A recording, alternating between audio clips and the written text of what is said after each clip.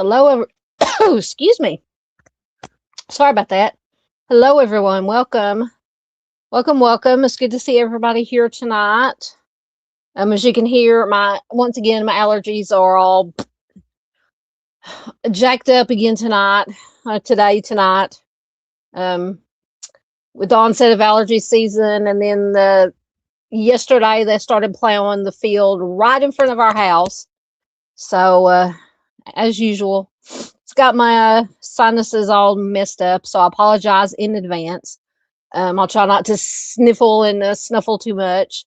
But welcome to our Missing Person Monday live stream for this week. If you're new here, we do this every week. We highlight cases, mostly cold cases. And tonight we're going to be looking at cases. I think I have 6 of them from Des Moines, Iowa. So we've been making our way through the states, and then so now we're making our way back through the states because unfortunately, there's no shortage of missing persons. So we've just been going back through the states and picking out a particular city from each state to feature missing persons from. And when I was doing research looking for cases, a lot in Iowa popped up from Des Moines. So we're going to take a look at some of those tonight. And welcome to anybody who is new here. Welcome to the regulars, to the usual suspects. Welcome to everybody in chat. Welcome to the lurkers. If you're watching on replay, we appreciate you so very much. We love our replay crew. And if you are a replay crew, please leave me a comment down below to let me know that you are watching replay. So let me see who is here. We've got a good crowd tonight. Miss Avery is here. Always good to see you. Miss Stormy is here. Good to see you. Mustang is here. Good to see you, my friend. Chris is here. Good to see you. Miss Paula is here. And please do check out all these wonderful other creators that come in here in the chat and participate. And add to the discussion. I do appreciate you guys so very much. I'm sure Mustang has already started getting the links in, and I appreciate her for doing that. So check out Miss Avery and Miss Stormy and Paula. I lost my place. Hold on. Lost my place. Chris says, I know that tonight there's going to be some cases I've never heard of. I do hope so. We try to bring attention here to cases, the lesser known cases that don't get the attention, that need the attention. And there are some very, I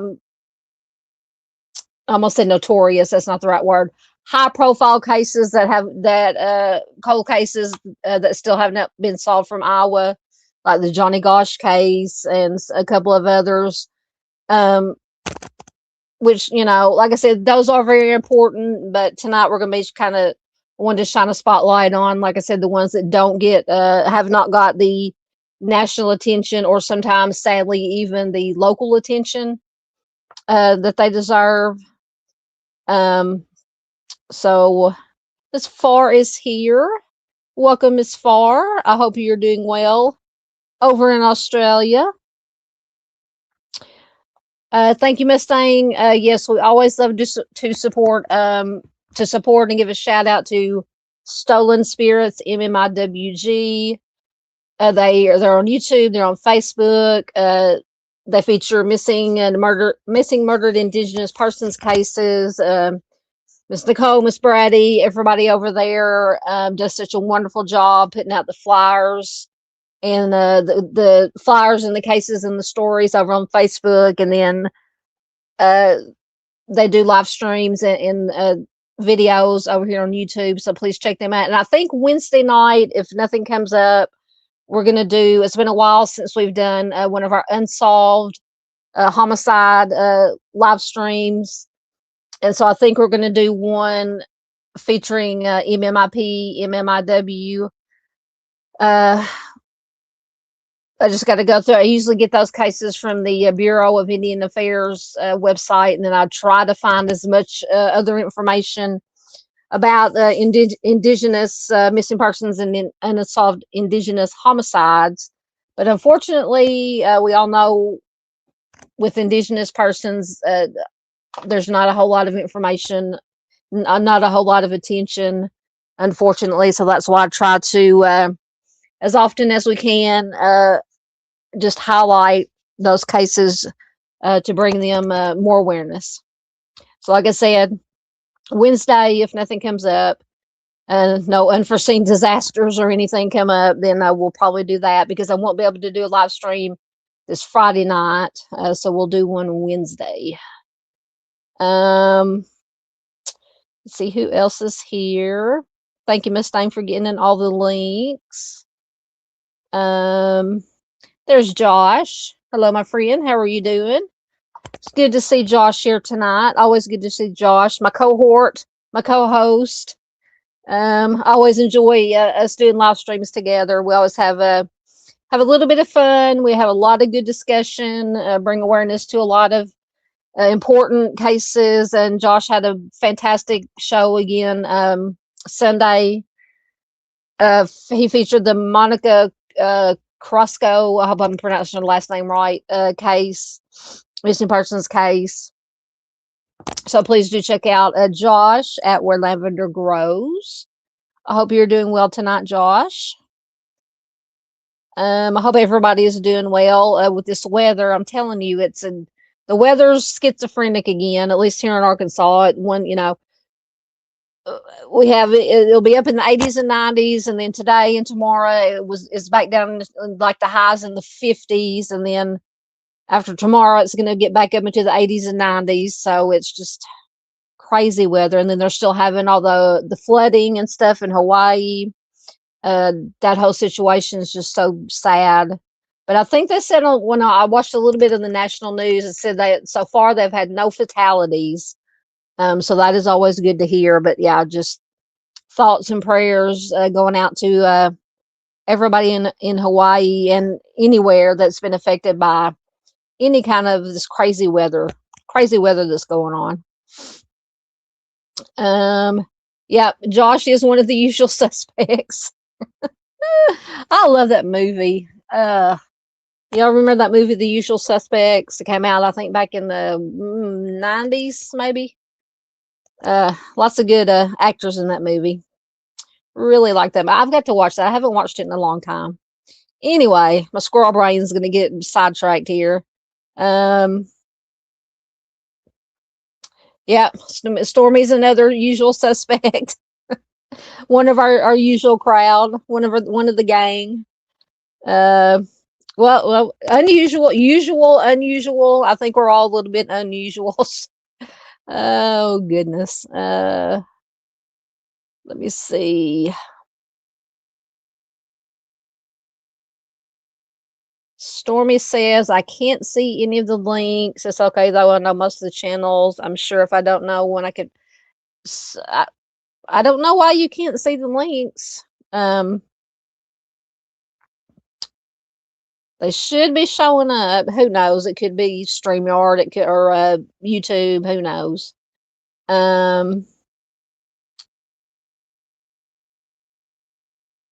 Absolutely. Yeah, Josh does have ties to Hawaii. He was actually born in Hawaii.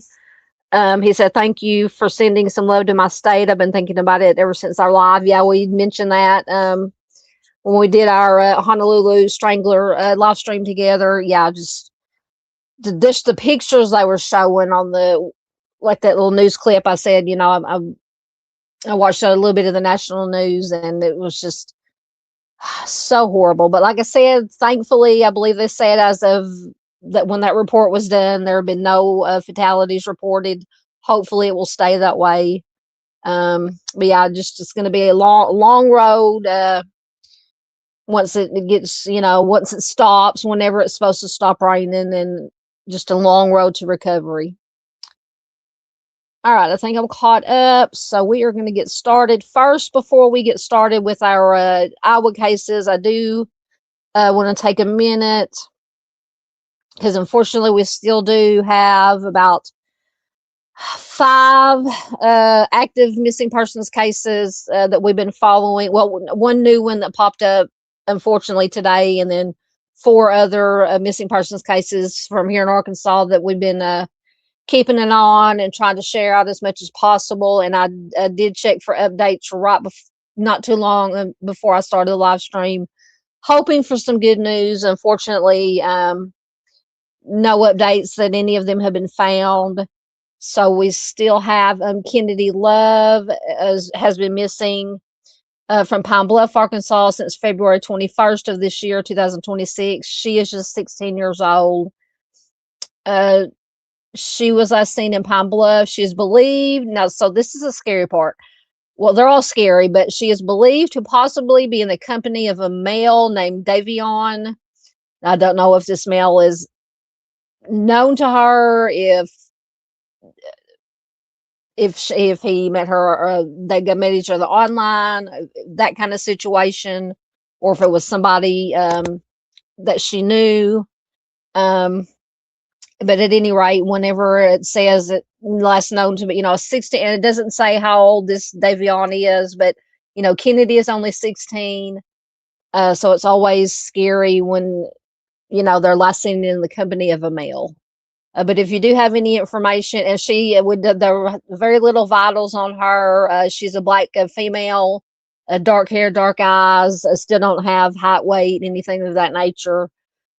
But if you do have any information regarding Kennedy's whereabouts, contact the Pine Bluff PD at 870-541-5300. We still have Tavoris Thomas is still missing. He has been missing since around September 6th of 2025. From North Little Rock, Arkansas. He was 47 years old when he went missing. He's a black male, 5 foot 8 inches tall, 138 pounds. He was last seen it says approximately September 6th, 2025, when he was dropped off in the Meadow Park area of Rose City. He has not been seen or heard from since, which is unusual behavior for him, according to his family. And I believe in an article, some statements from the family said that he was known to frequent like homeless camps and things of that nature. So I don't know if possibly when he was dropped off in this Meadow Park area, I don't know if it was dropped off at a homeless camp or some kind of shelter, or what the situation is. But at any rate, if you have any information regarding Tavoris, you can call the North Little Rock PD at 501 758 1234. Then we still have Sanaya Dorn. She was reported missing as a runaway juvenile on March 1st of 2026. She is a Black female. She's around, so she was born in 2011, so about 15 or 16 years old. Brown hair, brown eyes, 5 feet tall, 128 pounds. Sorry, I make this bigger on my screen so I can read this little writing. She does have connections to Little Rock and College Station. So if you have any information on Sanaya, you can forward the information to Detective Braxton at 501-340-6940, or you can call the non-emergency number at 501-340-6963. Then we still have Adelise Lux. She's just 17 years old, 280 pounds, 5 foot 1 inches tall. She is missing from Little Rock. I don't even think there's a date. So very little information on some of these.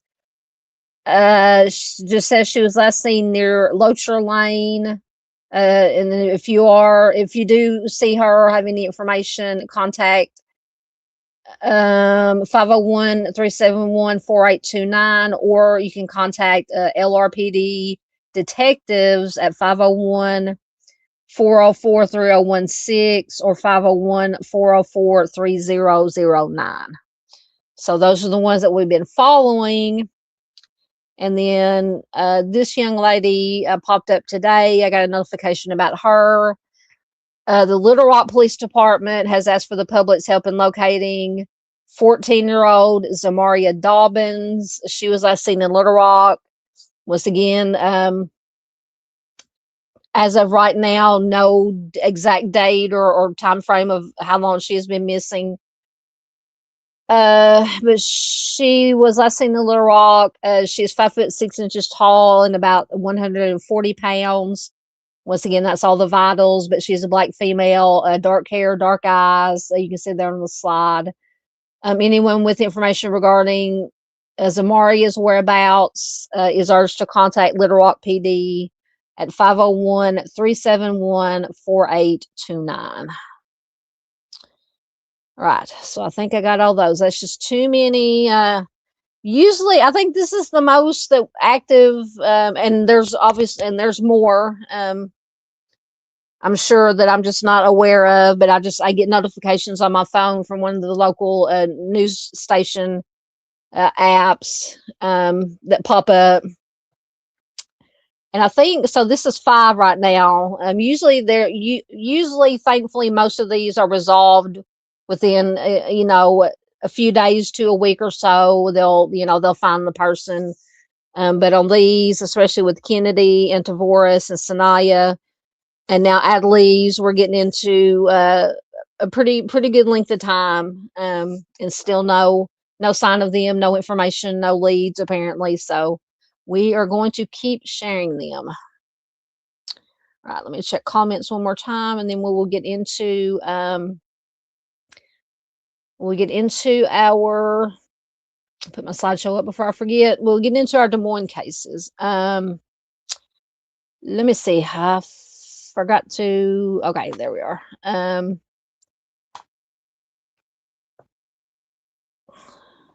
Hey, Miss PJ, good to see you, ma'am. I hope you're doing well. Make sure I didn't miss you earlier. Um,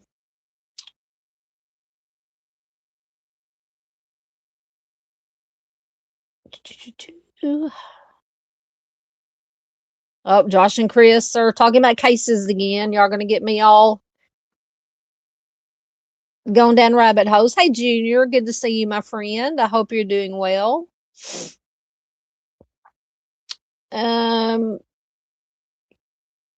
Junior said, good show today, Sleuthy or Stormy. I'm going to have to check it out. I'm going to have to be replay crew.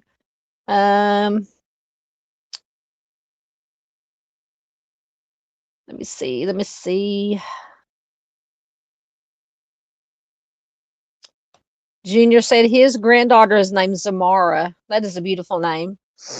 Yep, that is. We had was it Zamara? Something close to that. Yeah, the new young lady that went missing. Yeah, Zamaria. Yep. Let me see. Just when I think I get caught up. Yes, that is a pretty name. You are correct, Miss Stormy. Okay. Oh, come on. Pushing the wrong buttons. All right, so we're getting started on our Des Moines cases. So first, and Miss Z pops in right on time. Hello, Miss Z. And Doc and Moo. Welcome, welcome. I hope you all are doing all okay, more than okay. I hope you're doing well. Please do check out Trial Junkies United, fantastic channel. They had another fantastic show as always last night. So I actually got to make it to 2 lives last night. I made it to Josh's and I made it to Ms. Z's live stream. So it's always good to see Ms. Z here. Welcome, welcome. Oh, goodness. I don't know what is wrong with I need to clean my computer screen or my touchpad or something. Anyway. All right. So, are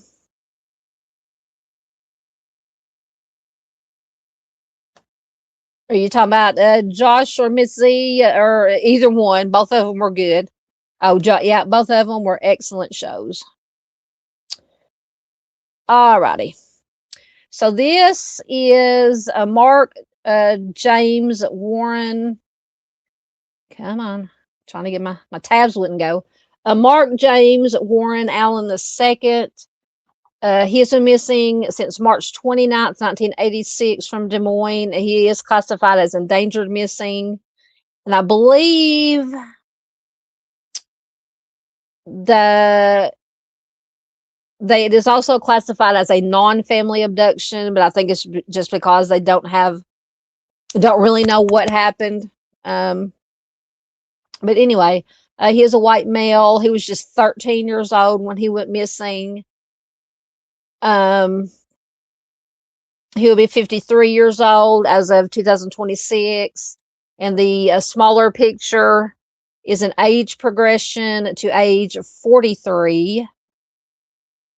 So when he went missing, he was 4'11" to 5 feet tall and 90 pounds. And to me, for a 13-year-old, that seemed a little, I mean, not that big. I mean, I know, but just to be 90 pounds, I can understand, I don't know. It just seemed a little small to me. But anyway, he has brown hair and blue eyes. He does have a small scar on the top of his head. His first name may be spelled Mark with a K instead of Mark with a C. And he may be called Mark James Allen by some agencies. His last known clothing was a light blue t-shirt, blue denim shorts, white socks, and gray sneakers with Velcro fastenings. Man, you can tell this is an 80s case. Do y'all remember Velcro? Do they even make Velcro fasteners anymore for shoes? Anyway, so Mark was last seen in Des Moines on March 29th, 1986. He lived with his mother and 2 siblings on Southwest Emma Avenue. On the day of his disappearance, he told his mother that he was going to walk to a friend's home that was just down the street and possibly go see a movie. He asked his mother to save some pizza for him to eat when he got home, but he never even arrived at his friend's home. So somewhere, obviously, between when he left between his house and wherever he was walking to his friend's home, and I don't know how far away it was, but obviously close enough to walk. Something happened. He either left of his own accord or something nefarious happened. So unfortunately, Mark's mother did not realize that he was missing until the next morning. I'm assuming that maybe she thought he was going to just decided to spend the night with the friend, and just didn't call, didn't let her know. So after she called his grandmother and his friends, and none of them had seen him, she then called the police. But once again, they refused to open an investigation until 48 hours had passed. That old 48, we can't do anything for 48 hours, which is BS. They can. So Mark was raised by his grandmother in Connecticut from age 7 months to age 4.5. He then went to live with his mother in Des Moines until he was 10. And then he moved in with his father in Minneapolis, Minnesota. So then after that, he moved back in with his mother in January of 1985. So it's just a lot of back and forth, back and forth. Mark's mother described him as an intelligent teenager and a good student, but she also said that these are her words, that he had quote no common sense, and that he did have behavioral problems. According to her, police initially believed that he had run away from home, but they did begin to look at other theories as time went by without anyone hearing from him. His case remains unsolved and is now classified as a non-family abduction. And a lot of times, they will do that. They will classify it as a non-family abduction. Like I said, if they just don't have any really, leads as to what happened, what could have happened, they will just classify it as a non-family abduction. So. But if you do have any information, you can contact the Des Moines PD at 515-283-4811. And I was able to find, I found a really good website, it's iowacoldcases.org. Did have some information on a few of these, some interviews with family members that they got from I'm assuming local news sources. And once again, all the links, as always, to all the online sources that I use are in the description box. Feel free to read them at your leisure, share them out, do what you will with them to help bring more awareness. So it says on March 29th, 1986, which was the day before Easter, a 13-year-old Mark James Warren Allen told his mother that he planned to walk to a friend's house down the street, but he never arrived at the neighbor's home and he has not been seen since. So it would be good to know just exactly how far, down the street could be a block, 2 blocks, 3 blocks, 4 blocks. But just to, kind of give maybe a time span of, of his disappearance, was it, would he have had time if he left of his own accord? Did anybody see him walking down the street? Did anybody talk to him? Did anybody see anything? Obviously nobody did, or if somebody did, they've never come forward. It goes on to say, based on previous media reports, Allen initially was thought to be the third Iowa paperboy to vanish without a trace during the 1980s. So, of course, we have Johnny Gosch, who was 12. He disappeared September 5th of 1982. Then we had 13-year-old Eugene Martin, vanished from the south side of Des Moines on August 12th, 1984, in a very similar circumstances. An in-depth Des Moines Register article on Iowa's missing persons, published on August 18th, 2013, confirmed that Allen was not a paper boy in Des Moines. Excuse me. So 3 decades later, however, all three of the cases do remain unsolved. And I think I do remember, because I have read a lot, as I'm sure we all have, about the Johnny Gosch case and Eugene Martin. And I think, excuse me, I'm sorry. In most articles, it does, make mention of, this case, Mark's case, as possibly being connected, but apparently he was not a paper boy. So Mark's mother, Nancy, does admit that her son had been a handful. He had been shifted back and forth between her Iowa, I can't talk tonight, Jesus, between her Iowa residence and his father's Minnesota home for most of his young life, and that he had often gotten into trouble. But in late November of 2010, a week normally filled with family get-togethers, shopping, and holiday activities, Nancy took time to speak with a local news outlet about what it has been like waiting so many years for answers and wondering about the fate of a young son who never quite seemed to fit in. So Nancy says, quote, "It was hard because he had been living with his dad for a while and then came back and lived with me. His younger brother and older sister were real close, and he wanted to be in there tight with them." So apparently, I guess, just my inference from that statement is that, the younger brother and older sister were really close, and that, so I guess so if he had a younger brother, older sister, he was the middle child. You got that middle child syndrome. He maybe kind of felt left out a little bit. So it says that they never got the chance for that to happen. The night before Easter in 1986, the teen left his Southwest Emma Avenue home to hang out with friends and perhaps take in a movie, just as his siblings prepared for a pizza dinner. His mom said, quote, "He walked out the back door and the kids were getting ready to have pizza, and I'll never forget it as long as I live. The last thing he said to me as he walked out the door was, 'Save me some pizza, Mom. I'll be hungry when I get home,'" end quote.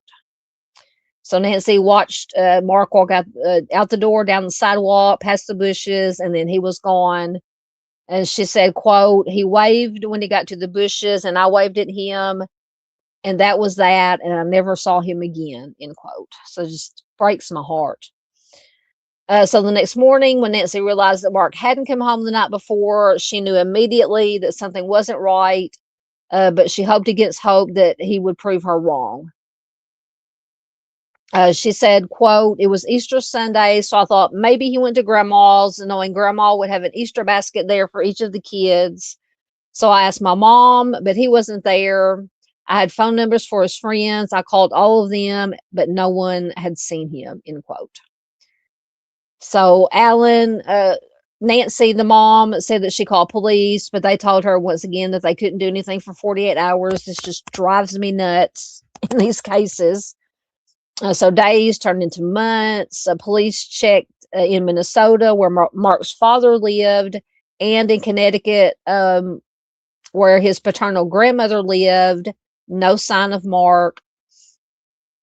Nancy told in the interview, said that she didn't know whether Mark's disappearance was linked to the disappearance of Johnny Gosch and Eugene Martin, but said that police seemed reluctant to help her because of the other missing teens. So I don't know why they would be reluctant, just because a possible connection with Johnny Gosch and Eugene Martin. I don't know. Or maybe she meant that they were concentrating more on the Johnny Gosch and the Eugene Martin cases. I don't know. Please let me know what you guys think. So Nancy, his mom, said, quote, "I just feel like at this time they were just afraid of what would happen with the Eugene Martin and Gosch thing. I got the distinct feeling that they did not want parents to be frightened to let their children sell newspapers or do different things, end quote. The Des Moines Police Department's Sergeant Jeff Edwards disagrees. He said, quote, I know detectives followed up on leads that did not pan out. He said this in 2000 in a separate interview in 2010. He said, quote, they were not able to locate him. He is still listed as a missing person, end quote. Marc's mother said that she doesn't know whether her son is alive or deceased, but that after 25 years, she would like to know for sure so that she and her son can find peace. She says, quote, there are times when the news says that they found a body and they're not sure yet how old it is, but they're pretty sure it's a male. And in one instant, you hold your breath and bite your fingernails and hope that it's not your child. And in other ways, you wish they would come out and say that it is your child so you can finally bury them and go to rest, end quote. So it's that, as Miss Barbara Hall always says, it's bittersweet either way. So once again, Marc was last seen wearing a light blue t-shirt, a blue jean shorts, white socks, and gray tennis shoes with Velcro tabs. Once again, he has the small scar on the top of his head. His first name might be spelled Mark by some agencies. To date, it says there is no definitive evidence connecting Marc's case to that of Johnny Gosh or Eugene Martin. It says that Marc's dental information and charting is available, has been entered into NamUs, and a DNA sample was submitted to NamUs, but as of July 16, 2016, so, basically 10 years ago, the tests were not complete. Let's hope they are complete by now. So once again, if you have any information, contact easy for me to say, the Des Moines Police Department at 515-237-1430. I'm having more problems than usual tonight. Anyway. So I don't know. I mean, to me, it's possible that he did leave of his own accord, but once again, like Ms. Z says, some may leave of their own accord and then find themselves in a situation, a dangerous situation that they can't get out of. So it could be a case of that, or best case scenario is he did leave of his own accord and just, because he was back and forth, and I thought I had another article.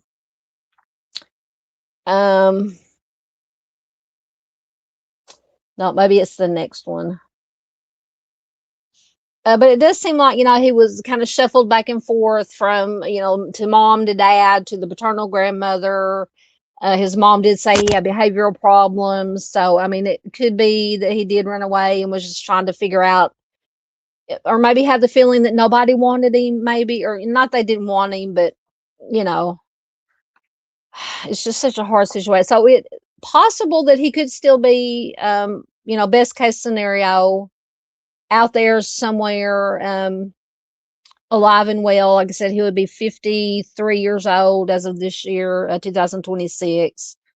So, it's just a sad situation all the way around. Ooh, I got lots of comments popped up. Hold on, let me get down to goodness gracious. Hold on.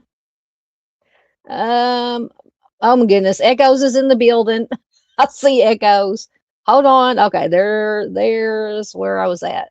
Yeah, Suthi, Stormy had said, we've got a great community. Absolutely. You are correct, ma'am. We have a wonderful community. Oh, so you're not playing with me tonight?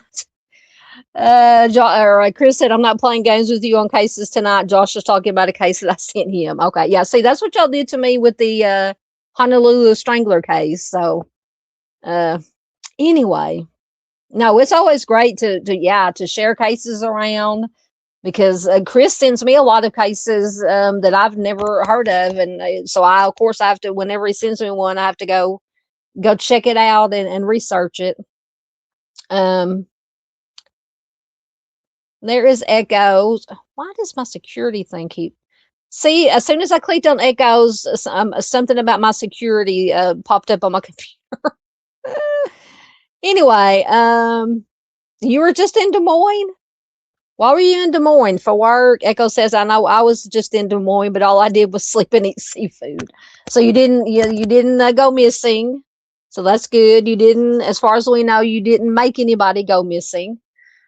Were you in Des Moines for work? It's good to see. Oh, and this, for anybody who doesn't know, this is my actual brother, one of my actual brothers. Speaking, I was talking about middle child, a while ago. He's the middle child, but it's always good to see Echoes in here. Tell Mrs. Echoes that I said hi, and the children's and the whole family. Let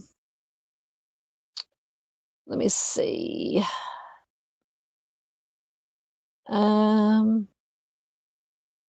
Yep. Hey, Miss Farr. I can't remember if I said how I said. Yeah, I said hi to you, but she said, isn't Des Moines where Johnny Gosh went missing? Yes, ma'am. It is. See, Junior says us old people still use Velcro strap shoes. I'm telling you, I'm good. Well, the shoes I have now, they're Skechers, and they're not the slip-ins, but they're and I can't find them. They kind of have a stretchy part. They don't have laces, but it's kind of like a little stretchy thing on top. So I don't actually have to, bend over and God forbid, tie my shoes because I'd probably fall over and land on my head. Anyway, yeah, but when we were kids, when I was a kid, I remember, at some point, it would, Velcro straps, tennis shoes with the Velcro fasteners was all the rage, back in the good old 70s and 80s. Oh, there's Mr. Steve from True Crime Web. Hello, Mr. Steve. It is always good to see you, sir. I hope you're doing well. I hope you're doing well. Mrs. Steve is doing well. Baby Steve's, all the aughts. It is always a pleasure and an honor to have Mr. Steve here. Please do check out True Crime Web. I'm sure Mr. Steve is busy as usual. I know this is usually the time of the year that he gets out on the road and starts working on whatever cases that he's working on for the year, helping these families out free of charge. And you can check out truecrimeweb.com. He does have a nonprofit. So just go to truecrimeweb.com for all that information if you would like to donate. We love Mr. Steve. Absolutely. I didn't even have to put the Mr. Steve signal up. And I love the Mr. Steve signal. Hold on. We're going to put it up just for a good measure. There's the Mr. Steve signal. Oh, goodness. Miss Doodle made that. Anyway, I digress. Let me see. But no, it's seriously, we always love having Mr. Steve here. He is truly a professional, former law enforcement, former CSI. He knows his stuff. He always has absolutely, obviously good insight, good information. So we always love to have him in here discussing with us. Let me see. Anybody else snuck in? Oh my goodness. So Velcro is in again. Stormy says she's seen Velcro on the runway. It's fashionable. Oh Lord. I don't know what they call fashion these days. Anyway, before I get off topic, my squirrel brain, what they call fashion these days, I just don't understand. I really don't. Anyway. Echo says, Mrs. Echoes finally made me learn to tie my shoes and stop using Velcro. Velcro's easier.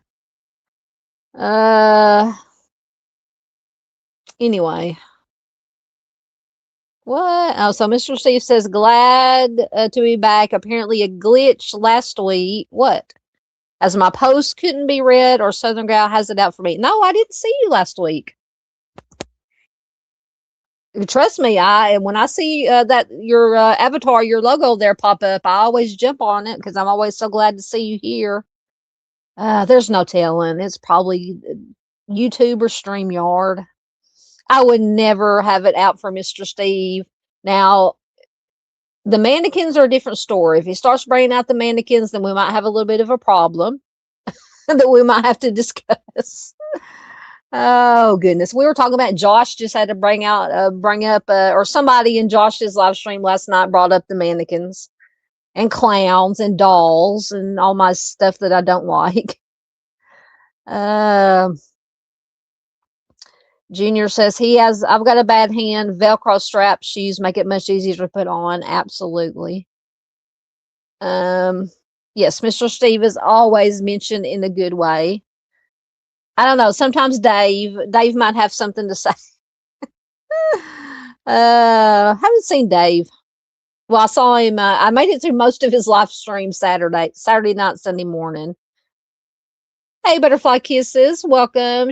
Popping in to say hi. Always good to see Butterfly Kisses.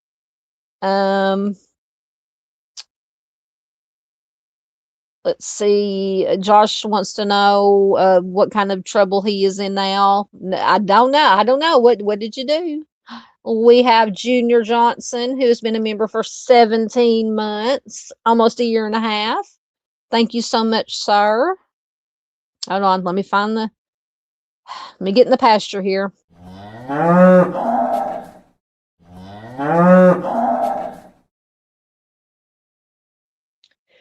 Thank you so much, Junior, for your continued support. If I can talk once again. Junior, me and Junior go way back, just like a lot of us. Since before I had a channel, and I would see Junior in usually Mr. Steve's chat when Mr. Steve was doing his live streams. So I just appreciate Junior so much. Almost a year and a half that he's been a member. Excellent. Thank you so much, Junior. And for any people who've been members or new members, I finally did get around to doing. It's probably not going to be the last video that I did in the series I was doing on the oh god, his name just flew out of my head.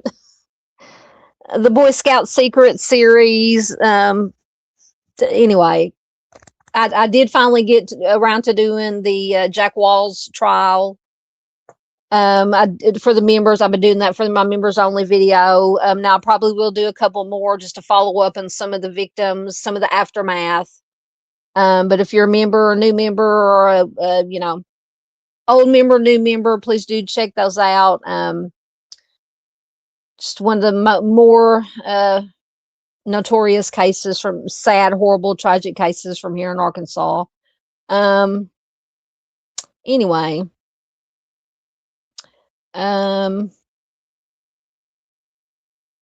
absolutely. Ms. Farr says, thank you, Junior, for your continued support.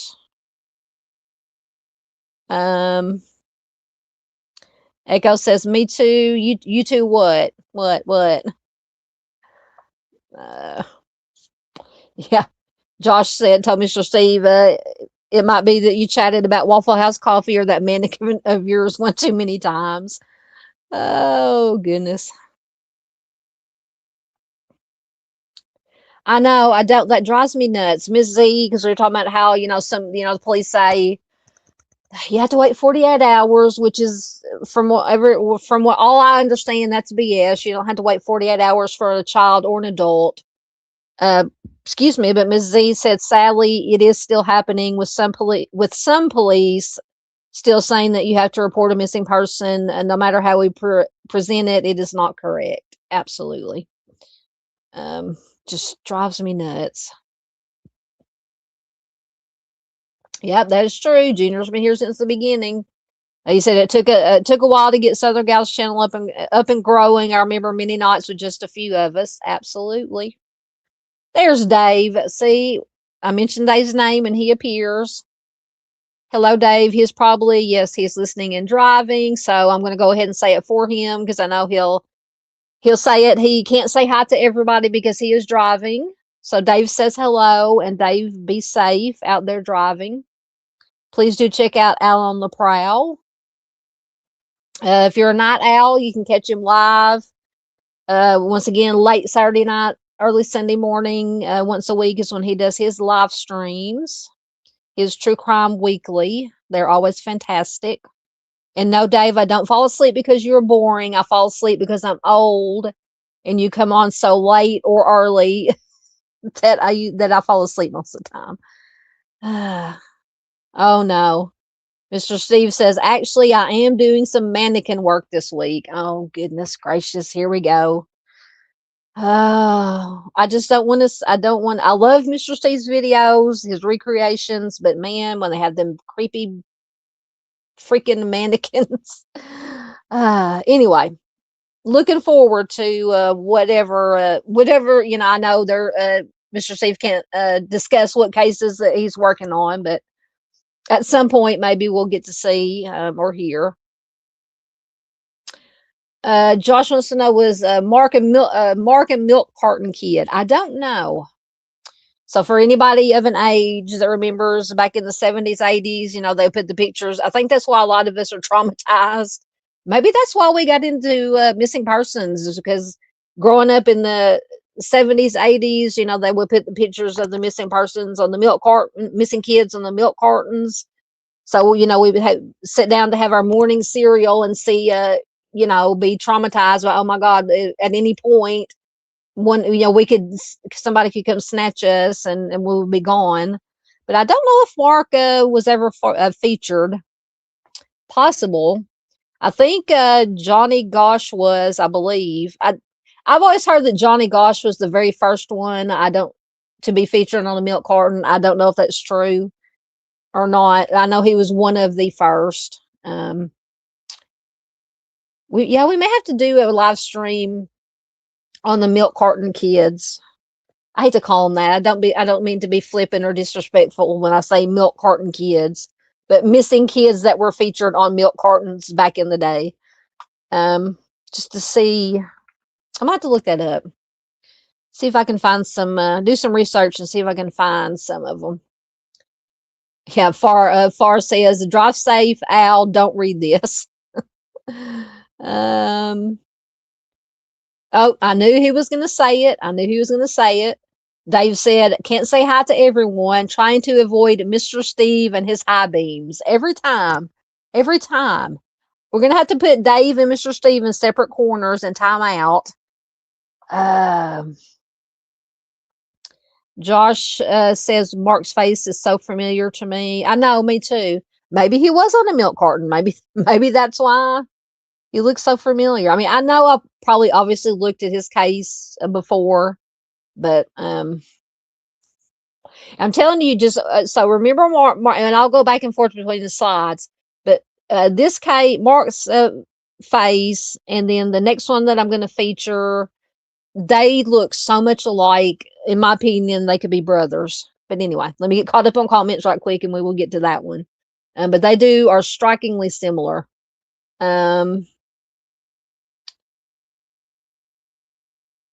So Mustang is praying that no one calls the cops on Mr. Steve's mannequins.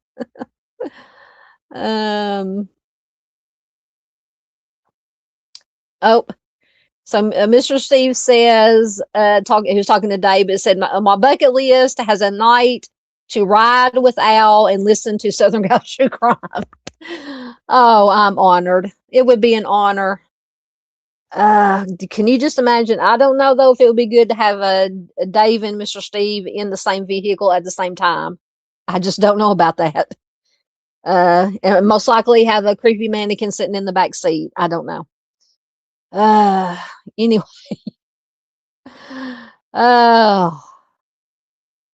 Oh, that's right.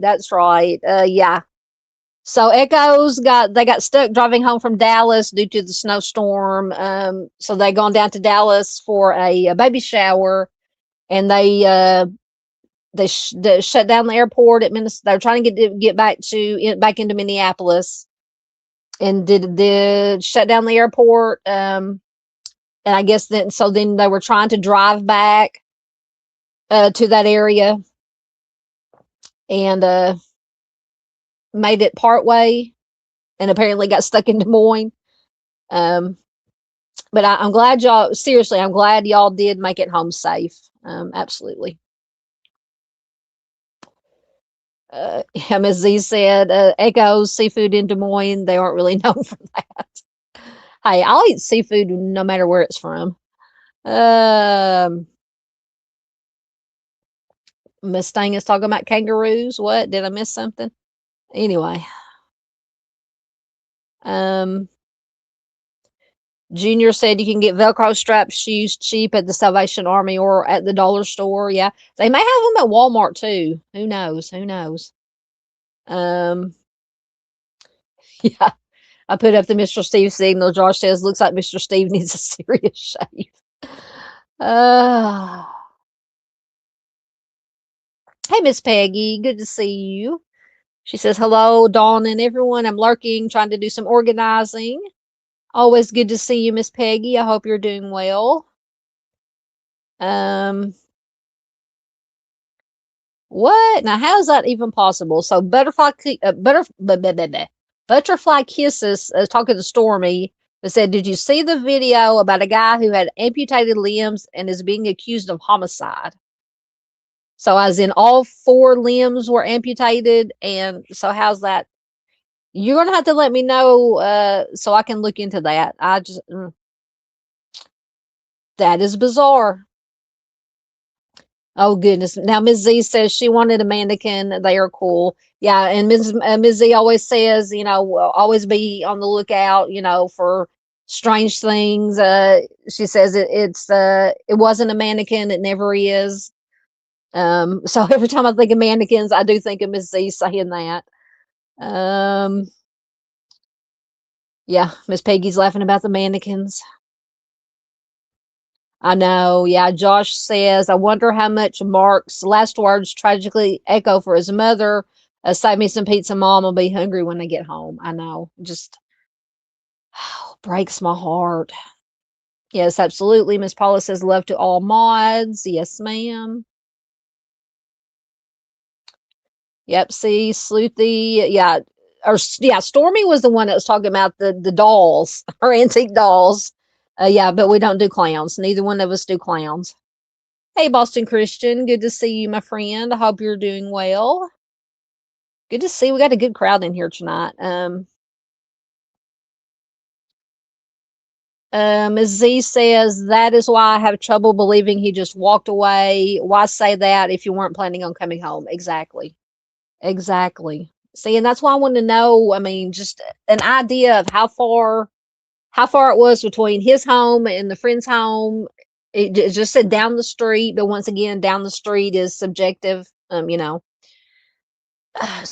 would kind of give you a time frame of if he was snatched, how fast it could have happened. Just so scary.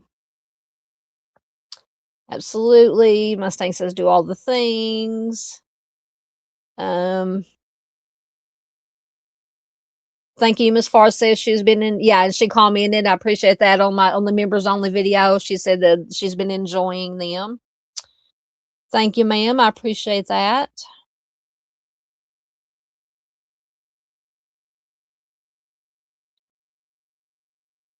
Josh says, I agree. It hits me. I've read about Mark before now. Come to think of it. Yeah. Yeah, Boston Christian's in the house.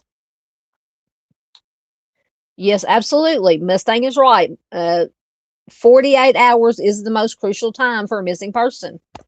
That's what, that's what, yeah.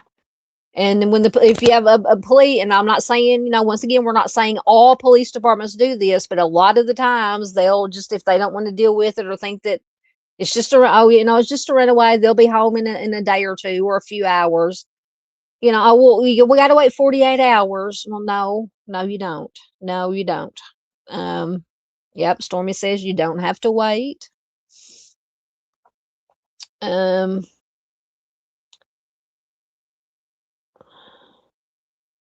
Yeah, talking about the milk carton kids. Josh says, I remember being 4 or 5 and asking my mom why these kids were on the milk carton. I know. I know. Yep. Mustang says I was going to say the same thing. The milk cartons were the beginning. Yep. Um, yeah, I've had looked in, Mustang said Eton, Pats or Potts. I can never remember how you pronounce it. Was the first milk carton kid. Didn't they arrest somebody in that case? Now I don't know if it was the right person. I think there's been some controversy about that. Um, I think somebody was arrested and maybe convicted. I had to look into it. I remember watching. I can't even remember. Somebody did a live stream or a video about it. Um,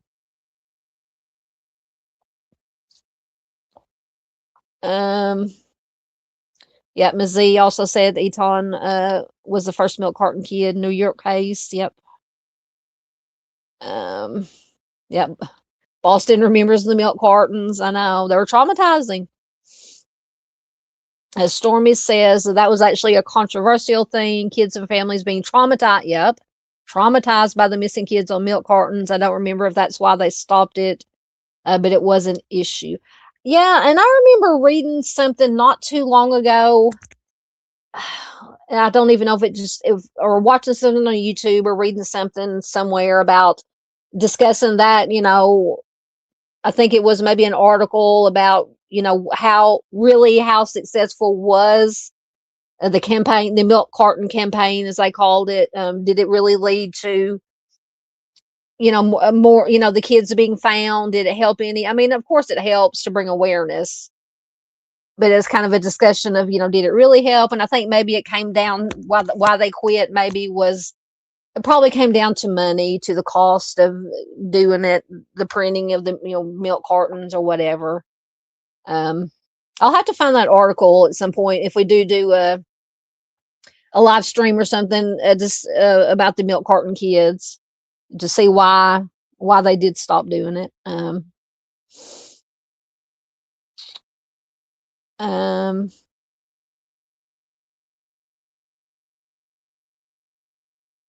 let me see. I'm trying to get caught up, and we will get on to our next one. Um, Dave said, Mr. Steve and I at a Waffle House listening to Southern Gal. Listening to me and watching the shenanigans going on at the Waffle House. Oh, kangaroo shoe. Yes, I had a pair of kangaroo shoes. I thought I was the bomb with my kangaroo shoes. I love those shoes. Anyway. Okay, so butterfly, yeah. So does somebody commit a homicide with all four limbs missing? I want to know the backstory. You're gonna have to give me a name, something I can look up. That is just crazy. Miss Peggy says she's doing pretty good. Hope everyone is. That is good to hear. Um,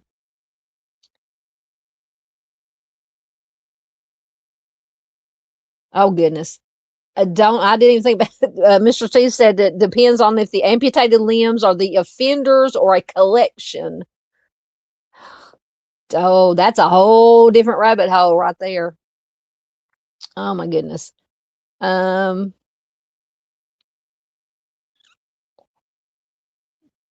that's okay, Junior. Junior said his credit card got flagged for fraud or something. Haven't been able to get things straightened out, so I can't super chat. That is fine. Donations are never expected, but they are always appreciated. He says I got to get some money to help him figure it out. I know I can't figure out anything anymore. Um, Mustang says clowns are annoying to her, not scary. I just don't think they're creepy. I guess I watched too many horror movies that have clowns in them. I don't know. Uh, okay, so Butterfly says the person who did it is the one who had all four amputated limbs. Telling you, give me a name, something to go on. I've got to know more about this. Oh my goodness. Um,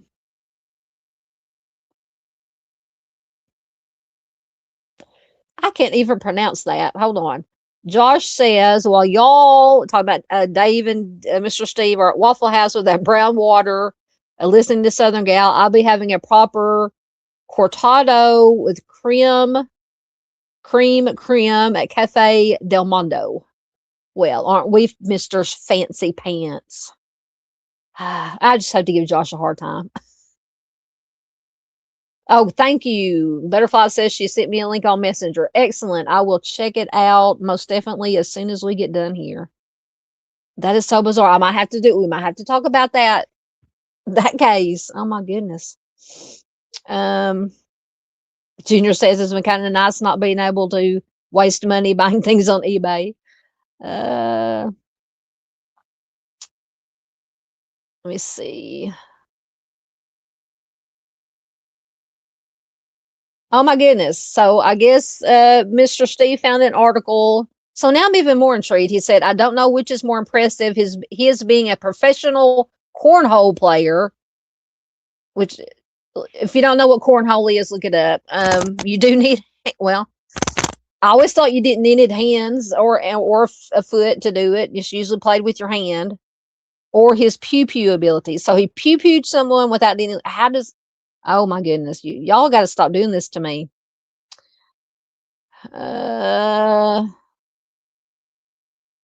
Junior says Josh from Sinister has been working on the Eton case. Got it.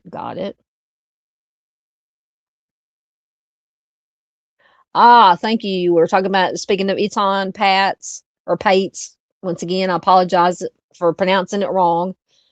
She says on July 21st of 2025, a federal appeals court overturned Pedro Hernandez's conviction for the homicide of Eton Pats. But they said in November that they will retry him. Interesting.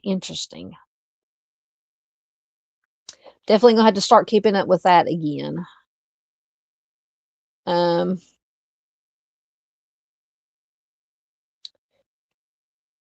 Junior said, didn't Pedro Hernandez recently pass away? Well, I guess not if they're going to retry him. I don't know. Oh, goodness. So he's a crazy person. So Ms. Z says the picture of the dude looks so happy after he pew-pewed someone. Oh, my goodness. Yeah, I remember you talking about that. Stormy said that she mods for Josh from Sinister. He does great work. I'm gonna have to check him out. I don't think I've come across him before. Yeah, I've always Mustang asked Ms. Z, do you think they have the right guy for the Eton Pates unaliving? See, because I think I can't remember who I was watching. Anyway, whoever it was had questions about just what did I do? Hold on, I pushed the wrong button. Anyway, I had questions about whether the Hernandez was the right person or not. Okay, I'm caught up, so we will get going again. If I can push the right buttons here. All right, so next, so this is Matthew John Ferris. So what I was saying earlier, so look at, this is Matthew John Ferris. This is Mark. Do you see a similarity? To me, they look a lot alike. It may just be me. It may just be the hairstyle or something, but to me, they look very similar. I'm not saying that it has anything to do with anything, but I just noticed that when I was putting the slideshow together, actually. Okay, so let me get Matthew's information up.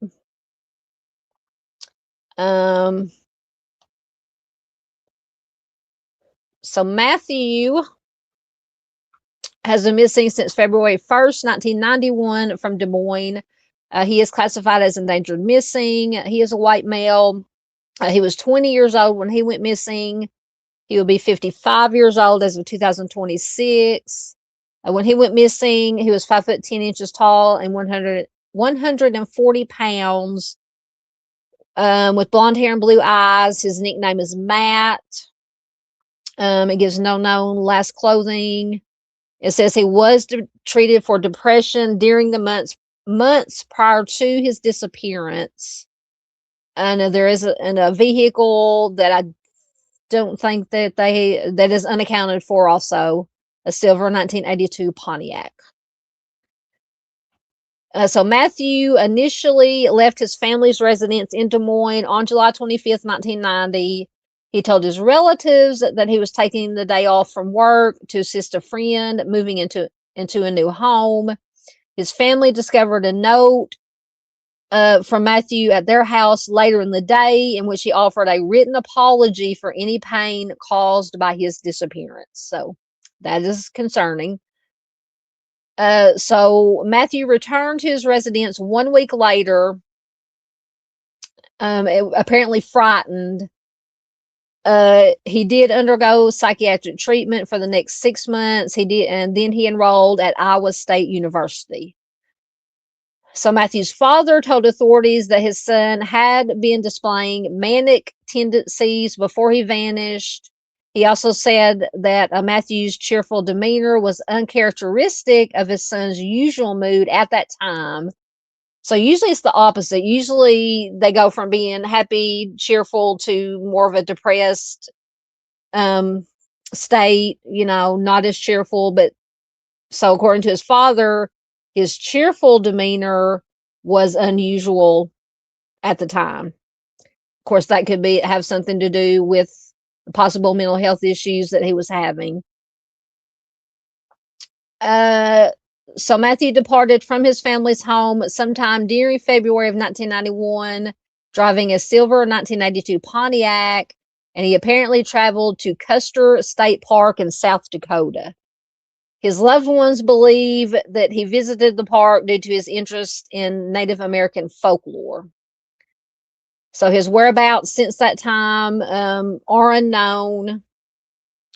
So I'm assuming, and I can't remember, it may say in the article if they found how they knew that he had traveled to Custer State Park, if they found the car there. But usually on Charley Project, if it mentions a vehicle, if the vehicle was found, it would say accounted for. Anyway. So Matthew's whereabouts since that time are unknown. It's possible that he headed to the West Coast. His family reported him missing to authorities on March 7th, 1991. He has never been heard from again. When his grandmother passed away in 1995, he was listed in her obituary as having survived her, and his case remains unsolved. So if you do have any information, once again, you can call the Des Moines PD at 515-283-4800. And I was able to find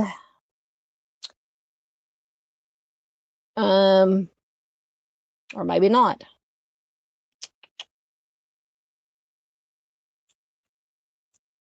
I keep getting my cases mixed up here. I thought I was able to find some more on him, but I don't think I was able to find anything else on him. So that is the information that we have. So I don't know. This one could be he was 20? So he was an adult. So obviously he can go leave if he decides to leave. He has that right.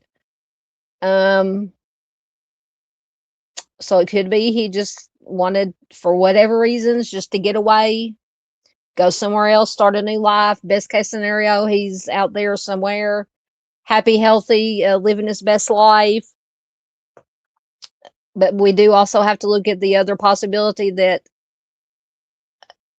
it could have been a case of maybe self-harm. I'm not saying that's the case, just a possibility. Worst case scenario, obviously. So yeah, just very strange, very strange. Very sad, very sad. But I do find it interesting that when his grandmother passed away, that he was listed as in the obituary as a a survivor or survived by his grandmother. So anyway, let me get to your comments quickly, and then I will get on to the next. Hold on, goodness gracious. Hold on, let me get back down. There we go. Yeah, Mustang says they do look alike. See, yeah, I thought it was just me. I don't know, maybe it's the hair, but to me, they have similar facial features too, between Matthew and then Mark. Yeah. So going back to Hernandez, the Eton Pates trial or case, Ms. Z says no, he is still in jail. His trial is supposed to start in July of 2026. Ms. Paula says, any suspects? You're talking about in Matthew's case? No, not that's mentioned. Like I said, I don't know. With this one, I just get the feeling maybe he did just leave of his own accord. Now, this is just my opinion. I'm not a professional anything, but just my opinion. Like I said, either he left of his own accord and he's living happy somewhere, or we have the other not so good outcome.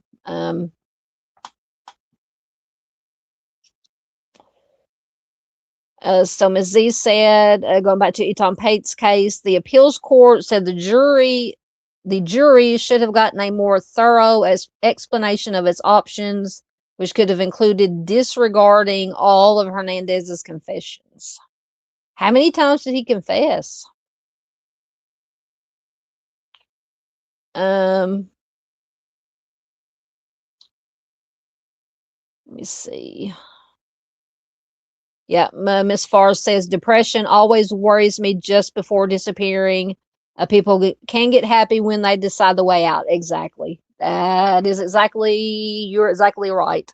It's kind of like, I guess maybe, I don't know, like, and I hate talking about this kind of thing, but unfortunately it does happen. I mean, if somebody's suffering from depression, mental health issues, think that's the option, that's their option that they want to do. Maybe it feels like okay, I've made my decision, a weight has been lifted off of me, and I don't know, it's just so horribly sad. At any rate, well, if I can get him to come up, there he is. Josh has been a member for 18 months, year and a half. Please, what does it say? Please have a cow over me. All right, here's your cow.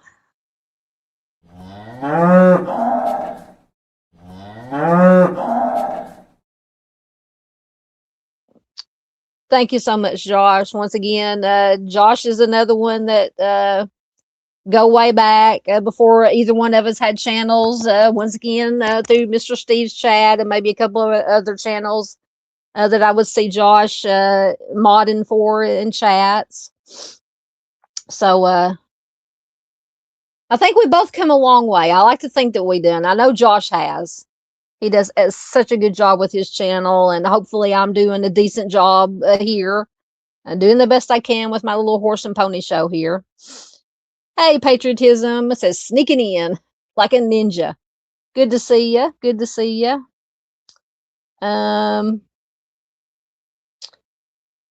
Oh, and Josh also gifted 5 Southern Gal True Crime memberships. Thank you so much, my friend.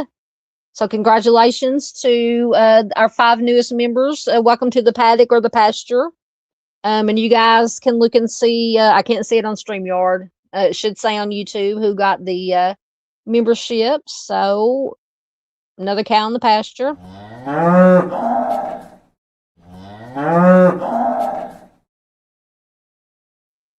Or I guess 5 new cows in the pasture.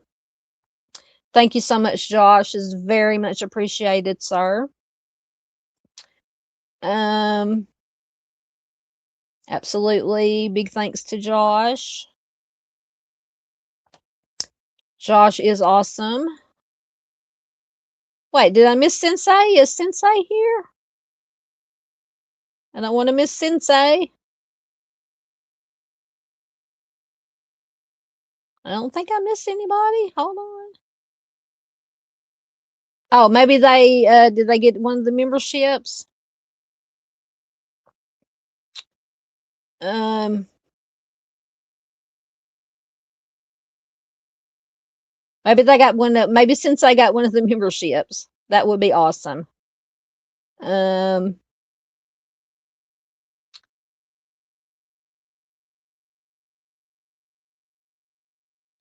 yep. Josh is amazing.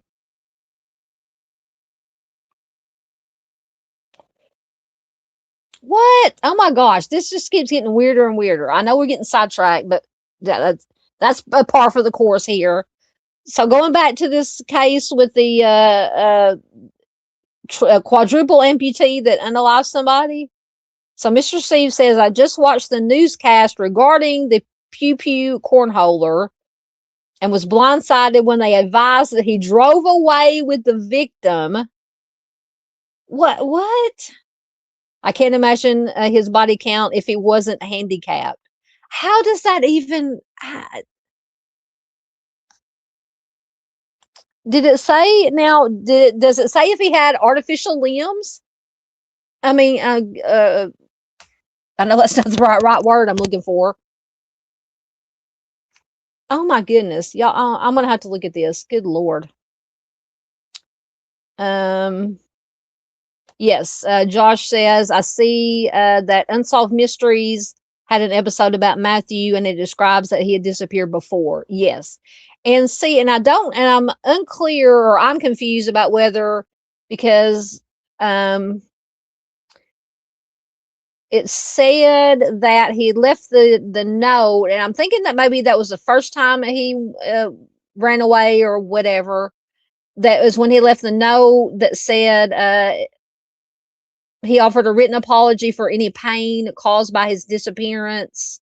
And it says he returned to his residence a week later, frightened. So I don't know. I'm assuming that maybe that's when he left the note. Maybe it was the first time he disappeared and then came back a week later. But yeah, he had disappeared at least once before this time when he didn't unfortunately come back.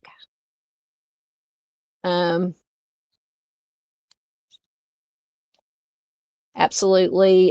Z says he could have been listed as surviving his grandma because they have not given up on him and don't have any positive answers at that time. Absolutely. Absolutely. Yeah.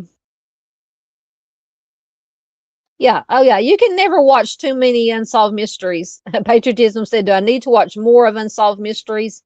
Yeah, I watched it back in the day. The original, when it was originally on. Now, they do have restarted it now with John Walsh, who was the original host, and his son, I think Callahan, I think is his name. But yeah, I watched Unsolved Mysteries all the time back in the day. Junior says, what the heck is the Pew Pew cornholer? I've never heard of it. We're going to have to talk about that. We're going to have another live stream at some point and talk about that. Okay, so going back to Eton Pates, Z says, according to prosecutors, Pedro confessed more than 6 times to a prayer group in 1979, to police in 2012, investigators, and psychological experts. Interesting. Yeah, I'm gonna have to dig back into that case. It's been a long time since I did any deep dive research into Eton's case.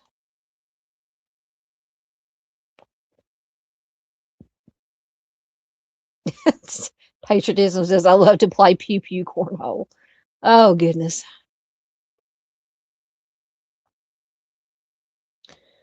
Okay, Josh says apparently they were able to find Matthew's car. So did they find it at the state park? That was the Custer State Park. And his grandparents spent their retirement hiring PIs. I know I could have swore that I found an article or at least something.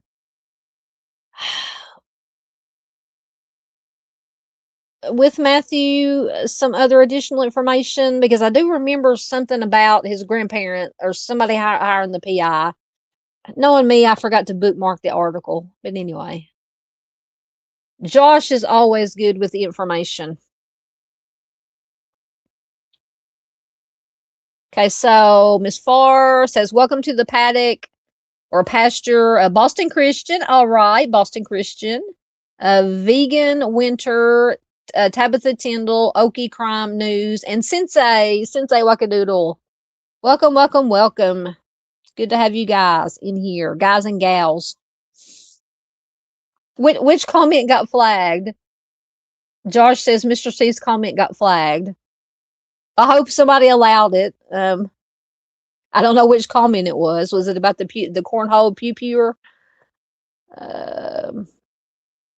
Hey Boston, thank you so much. $4.99 super chat. Very good job. Thank you so much. I don't know if you're talking to me, but thank you. So once again.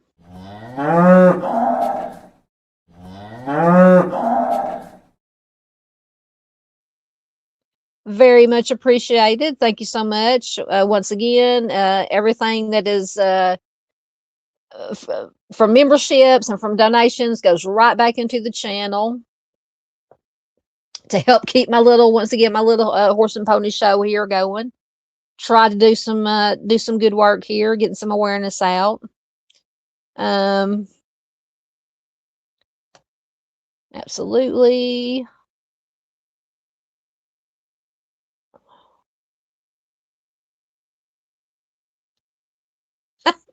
I forgot about that. Yeah, Junior says what we say here is if we don't see you in the future, we'll see you in the pasture. I love that. I love it. Yeah, Miss Paula says she loves Unsolved Mystery. I do too. I think I may have watched maybe one or two of the new ones. But yeah, back in the day, I would never go. Of course, that was back, in the 80s before, or at least we didn't have a VCR to tape it. If we had to be home to watch it on the TV as it was playing. No DVR, no DVR, no satellite. We didn't even have for a long time, we didn't even have a VCR. Yeah, I love me some Unsolved Mysteries. Okay, Josh says Matt's car was found apparently in South Dakota. Did I miss that? Did I read that and just didn't? Okay, so maybe it was found yeah, because it says that he departed from his family's home sometime during February of 91. Driving the car apparently traveled to Custer State Park in South Dakota. Okay. Excellent. Oh, Junior, cornhole is just look it up. Look it up. It's a game. It's like sometimes it's called a beanbag toss. You have this slab. It's got what three or four holes in it. And you throw bean bags, and if you get the bean bag through the hole, you get points. And if you get it close to the hole, you get I don't know. Just look it up. Look it up. It's very popular down here in the South. I don't know about everywhere else. Hey, Julie, good to see you, my dear. Welcome.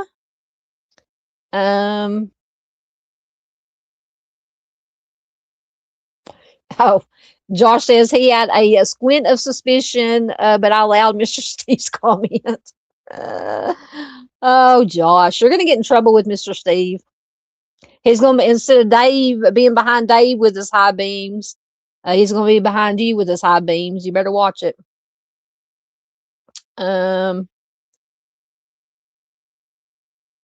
Yeah, Junior says for years we didn't have color TV. Yeah.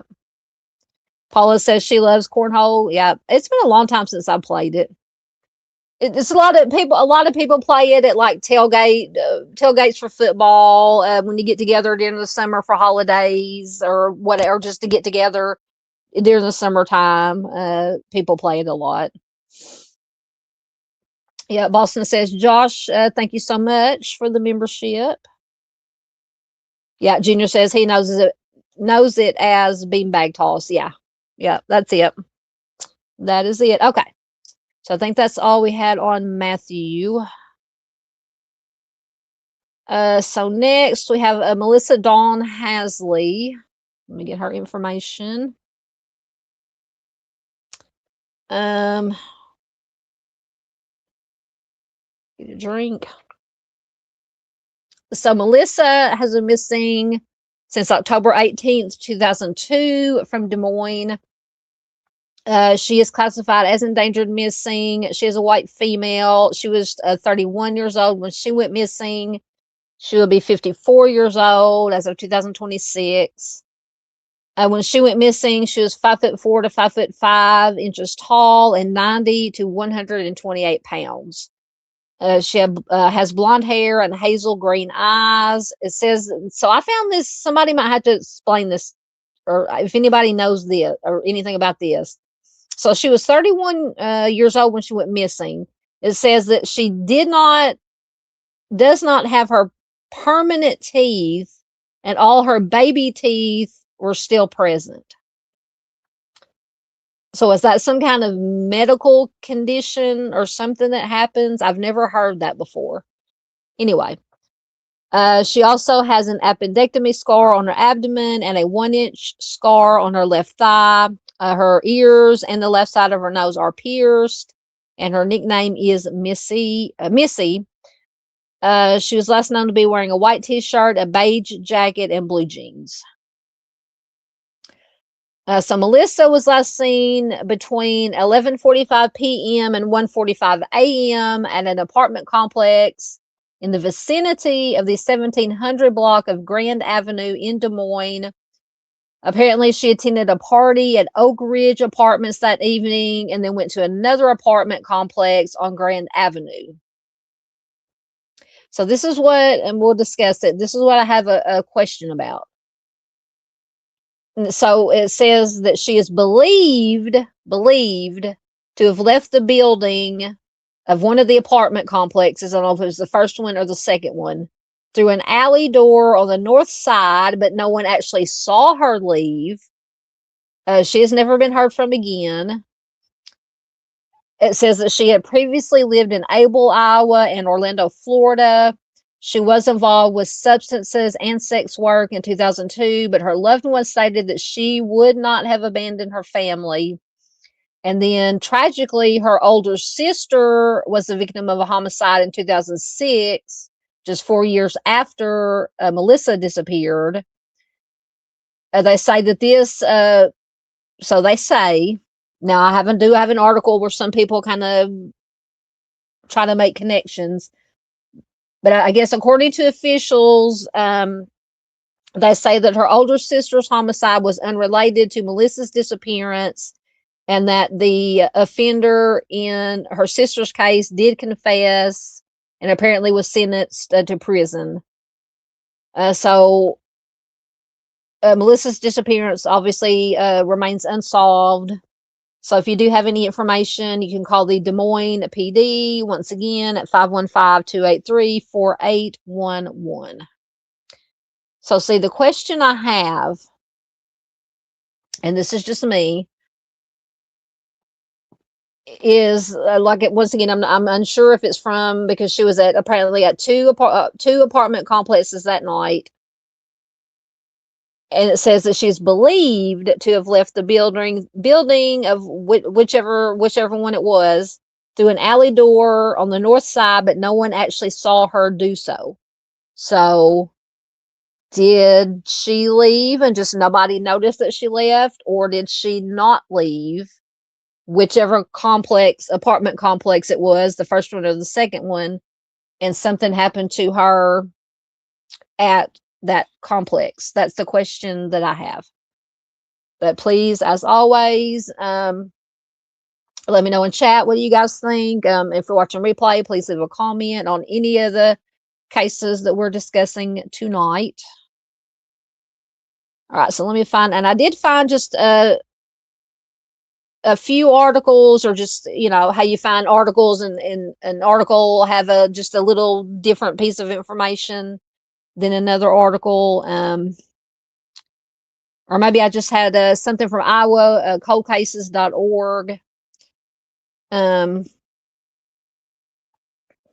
back down to the bottom of it here, or to the top of it. So once again, this is from iowacoldcases.org. So Melissa Missy Hasley, a 31-year-old mother of 3 children, was reported missing to the Des Moines Police Department on Friday, October 18th, 2002. Hasley was last seen alive between 11:45 p.m. and 1:45 a.m.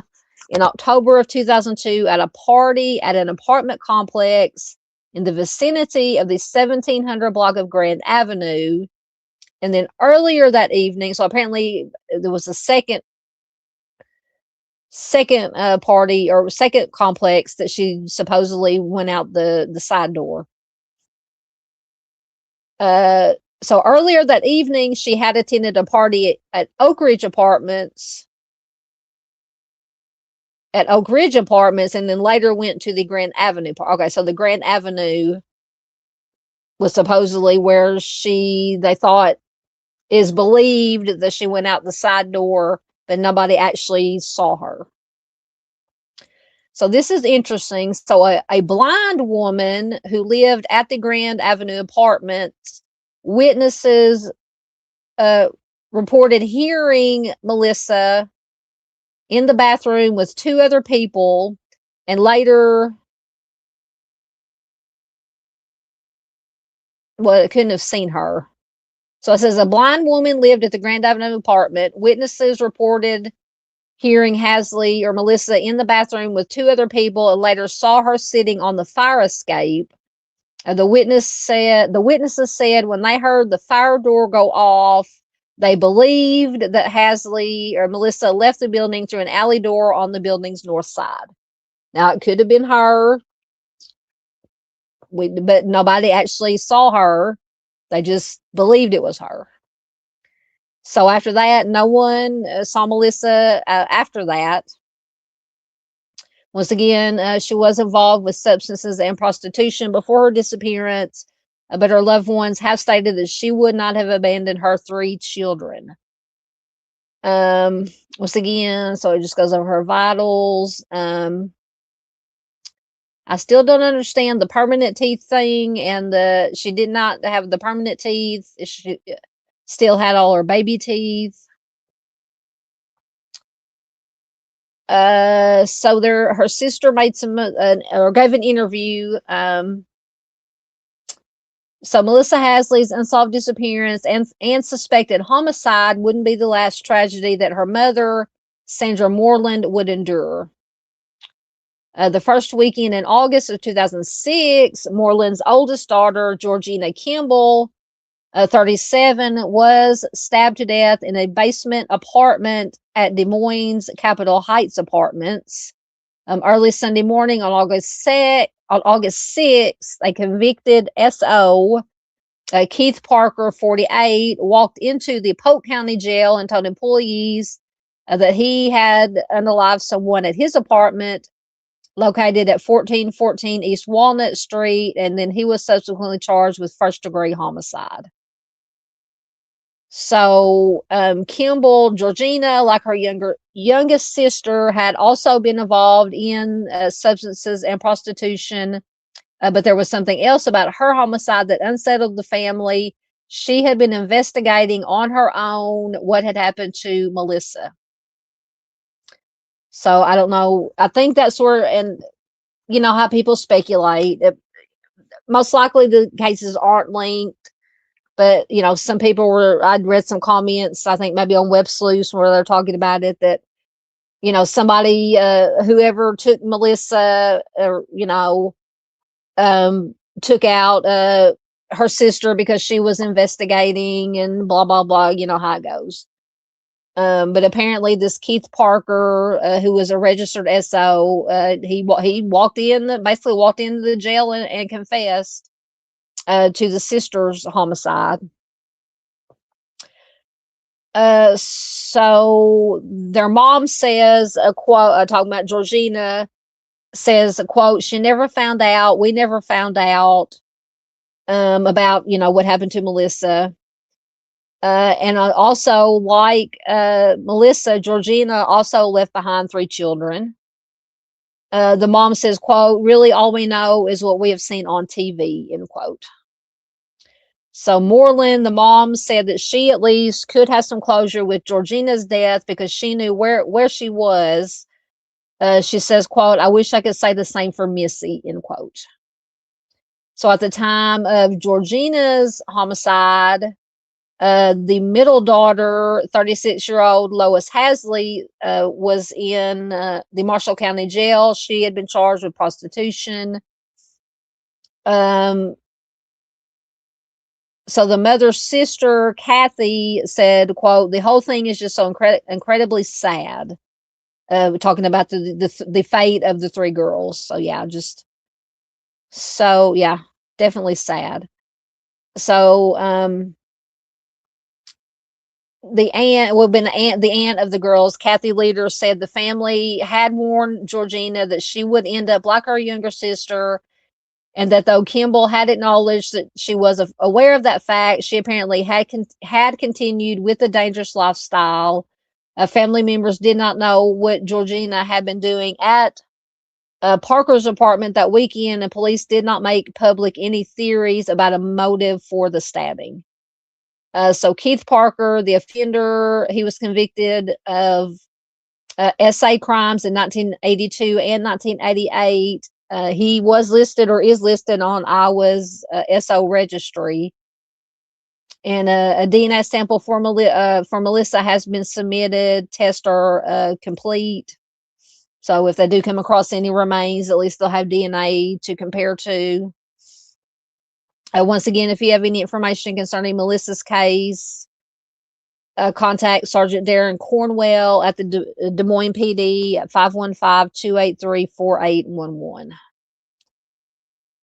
And let me see.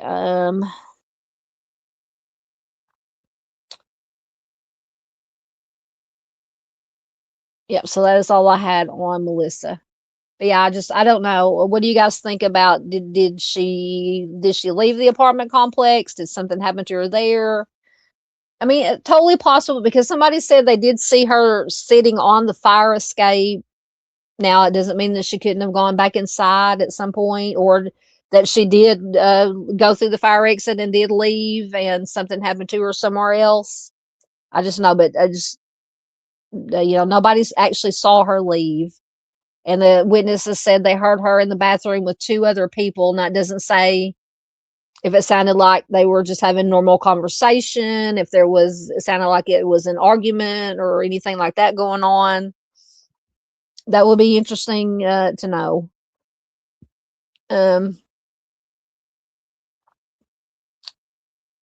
Thank you, Miss Farr.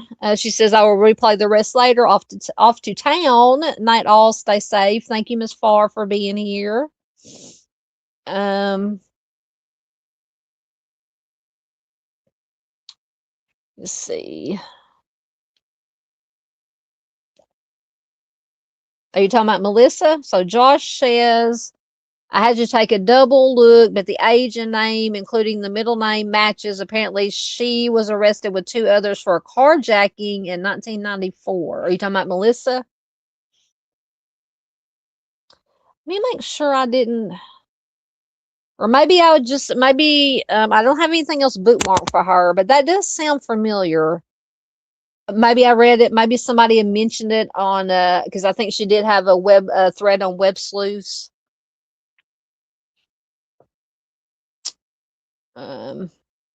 Yeah, it just sounds like the 3 girls just had just a very rough lives. It's just so sad. So Josh said he found that on the Des Moines Register.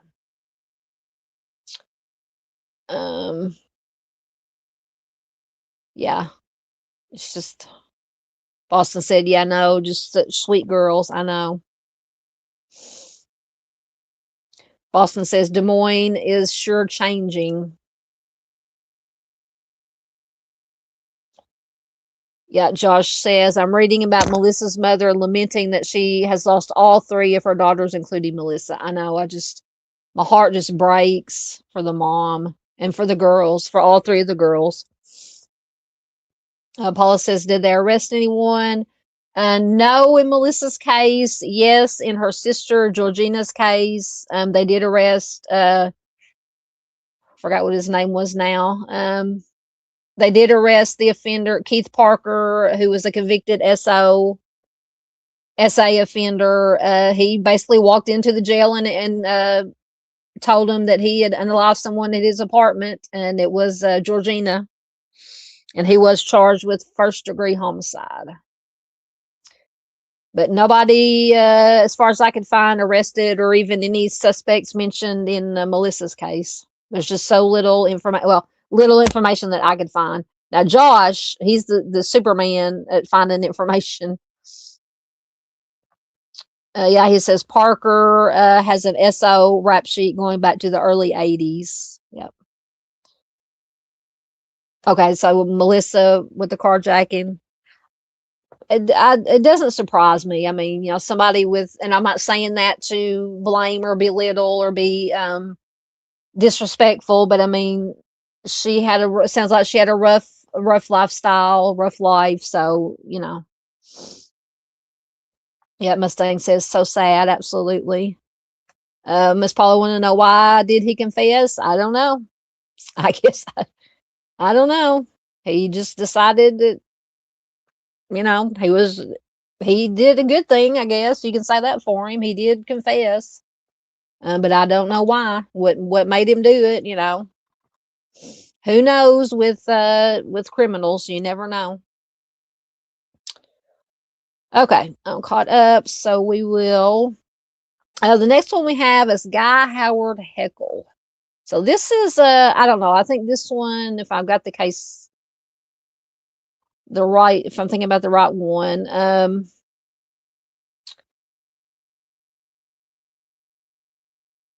it could have been just accidental.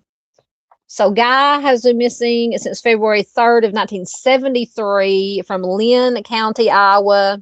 And I'm assuming Des Moines is in Lynn County because it said the Des Moines police are the investigating agency.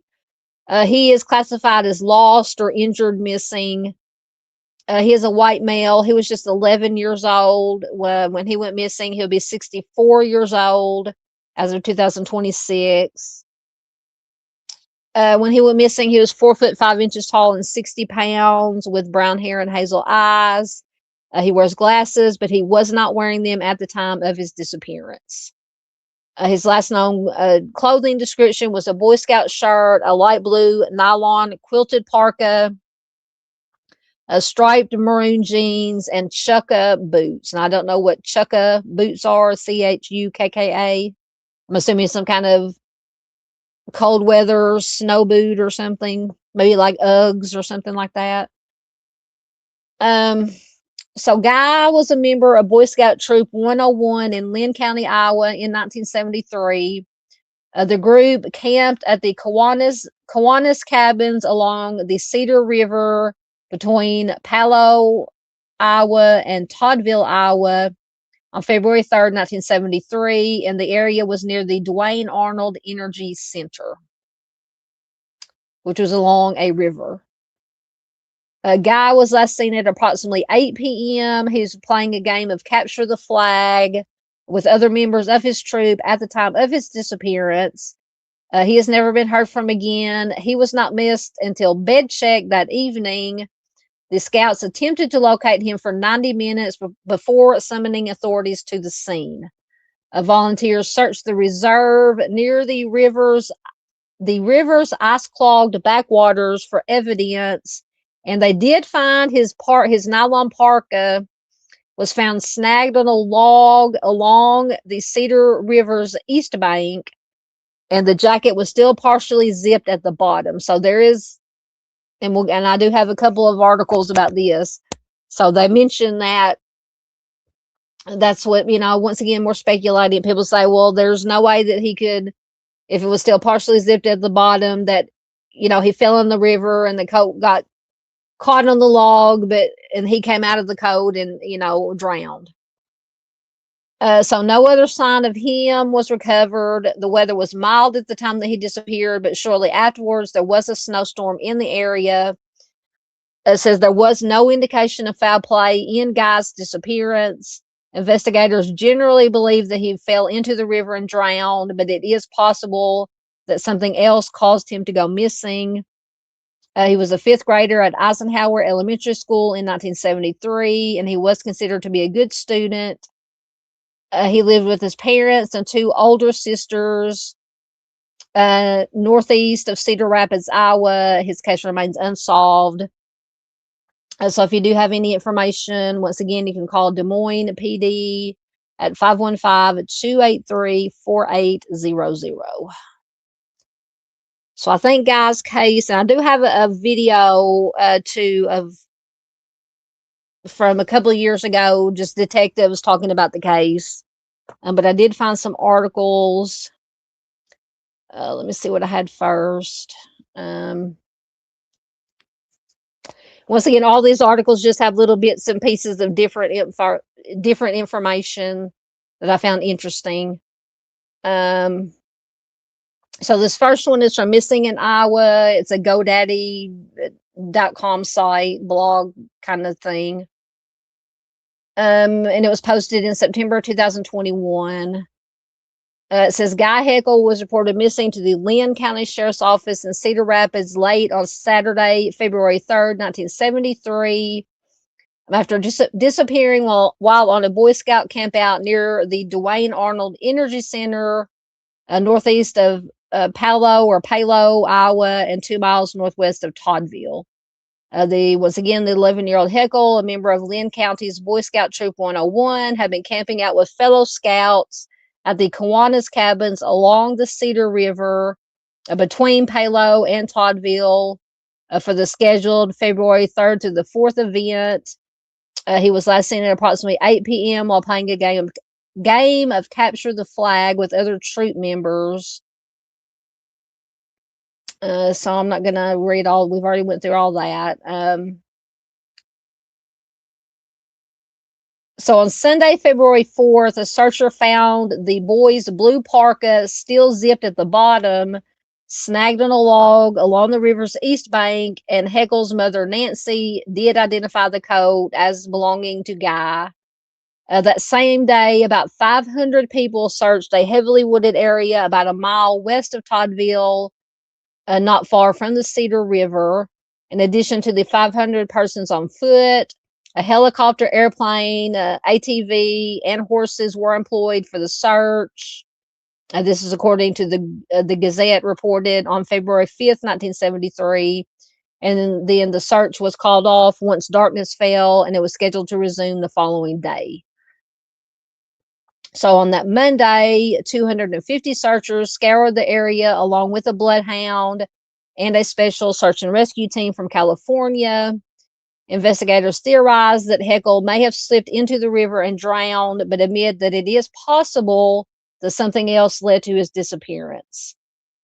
Though the weather was mild at the time of the campout, snow arrived shortly afterwards. Guy Heckle, once again, lived with his parents, Nancy and Howard Heckle, and two older sisters who were 12 and 13 at the time. School officials considered Guy a good student. The blue parka remains the only known trace of evidence ever found in Guy's mysterious disappearance. So according to Mike Mason, who is Guy's cousin, the family always thought that there was more of a chance that foul play was involved versus the drowning theory. Particularly since his body was never recovered. I mean, I can understand that, but we all know, we talk about it all the time.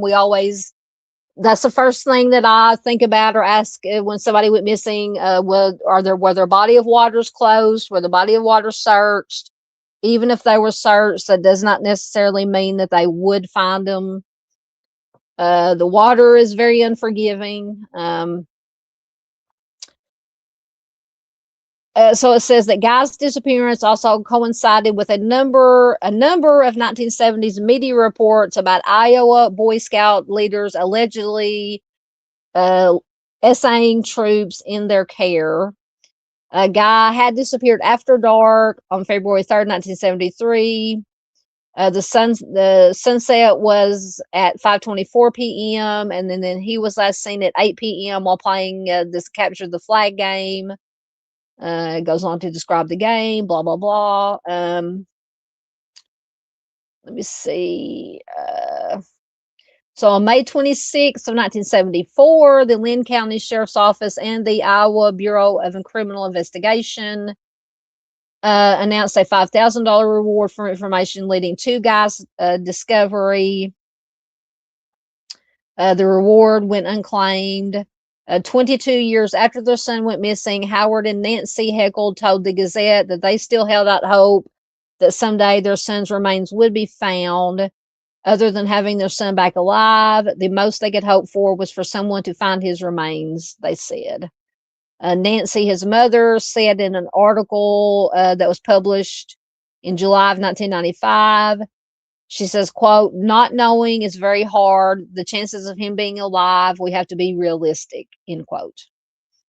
So Howard, his father, had since retired from his job at Iowa Electric. Nancy continued to work as a registered nurse at Mercy Medical Center. For years, the Heckles had kept Guy's room the same as it was when he disappeared, which is not unusual. We hear that a lot in these cases. But they did eventually turn it into a spare bedroom, they told the Gazette. They had finally given away most of Guy's toys and clothing, but said that they had kept a Boy Scout shirt similar to the one that he was wearing or had been wearing when he disappeared. The couple had conducted their own search for Guy for more than a year after he went missing. They would go out after work each day and on weekends, sometimes searching with a boat. Guy was then and remains today listed as a missing person with the Lynn County Sheriff's Office. And the Heckles said knowing that the case remained alive offered them hope that one day that they would know what happened to their son. But unfortunately, Howard, the father, passed away in January of 1998. In a Cedar Rapids Gazette interview published in February of 2002, Nancy sat on the sofa in front of a wall of photos of her child and many grandchildren. She told the Gazette reporter Steve Gravel, quote, "I don't have any hopes that he is alive now, but we would like to know what happened. If someone knows that Guy met with foul play, it is not too late to give Guy's family some peace," end quote. So just some background information about Guy. He was born on December 20th, 1961 to Howard and Nancy. In addition to his parents, he left behind his two older sisters. Nancy, his mother, said, quote, "I remember him the age that he was. I think about him every day," end quote. It just breaks my heart. Nancy described her son as a comical with a marvelous sense of humor. She says, once again, if quote, if it was foul play, at least one person knows. If they are still alive, if someone knows, it is not too late to give Guy's family some peace, end quote. So the family, who long clung to hope, never had a funeral or a memorial service for Guy. Nancy, the mom, says, quote, "When do you say it's okay?" So apparently she meant, when do you say it's okay to, I guess, maybe accept the fact that your child is most likely deceased and, to have a funeral service or a memorial service. It's just, so once again, if you do have any information, call the Lynn County Sheriff's Office at 319-892-6100, or once again, the Des Moines PD at 515-283-4800. So it's interesting that the family, let me go back up here. So at least according to the cousin, Mike Mason, the family, I don't know if it was all family or just some of the family, always thought that there was more of a chance that it was foul play versus just an accidental drowning. That's interesting to me. But let me find some of these. I think because I think it was his case. Once again, I'm getting my cases all mixed up here. Let me see what this one is. Oh, that's the video. Okay, so I'm going to show you the video now. Maybe it's the next case I'm thinking about with some of the other different information. So what do you guys think? I don't know. To me, the first thing I would think, just my opinion, would be accidental drowning. But I mean, the family, I don't know, says possible foul. They think, foul play is a possibility. All right, but let me get over here and play this video. And the video is only about, I think, 3.5 minutes. And I believe, let me see when it is from. It's from February of 2022. So let me get that going. Move that. 49 years ago in 1973, a Cedar Rapids boy went missing and was never seen or heard from again. 11-year-old Guy Heckle was playing capture the flag with other Boy Scouts in 1973 north of Palo when he went missing. KCRG TV9's Brian Tapek spoke with the lead investigator today and joins us in the studio. Brian. The Linn County Sheriff's Office says detectives haven't received a tip with what happened to Guy since the 70s, but this case is something they revisit often. What I read, he was a very, sounds like a very normal 11-year-old. Nothing that was unusual with him at school or I mean, he was just a normal 11-year-old boy in the Scouts. Lieutenant Dave Buter, an investigator with the Linn County Sheriff's Office, has been looking into why 11-year-old Guy Heckle just disappeared on February 3rd, 1973. I'll probably pulled out, at least every year and a half or so and just refresh myself to it, reread this. And we do that with other cases, too, that are unsolved. Heckle was playing capture the flag with 16 other Boy Scouts and 2 adults, here just east of the former Duane Arnold Energy Center site, north of Palo. It used to be a Kiwanis cabin. Now it's a gated community. The guy had never been to that place before. I think he'd only been on maybe one other camping trip, but it wasn't at that location. So it was an unfamiliar area for him. Buter says the deputies interviewed all of the witnesses the night he went missing, but says newer investigators recently went back to talk with retired investigators. There's stuff that investigators that they know but aren't in the reports all the time because they can't substantiate or back it up with facts or evidence. So that's why we've gone to these other the guys that work these cases. He says there are plenty of theories about what happened, like slipping into the river or being disoriented, since this was a new area for him. But anything that comes in could help. You never give up hope on these. Buter says the impact Guy's story has had on former investigators has changed how the department operates. That this really impacted the guys that were directly involved with the searches and the investigation as to where he was. But actually, the Guy Heckle going missing was a huge contributor, or really what pushed the sheriff's office into our service now that we have is Rescue 57. That group is specially trained in search and rescue techniques, as well as aiding rural fire rescue teams. It has also evolved over the years since Guy went missing, and so has the technology, which Buter says could have helped had that been around 49 years ago. There's no cell phones, there's no computers, no iPads, iPods.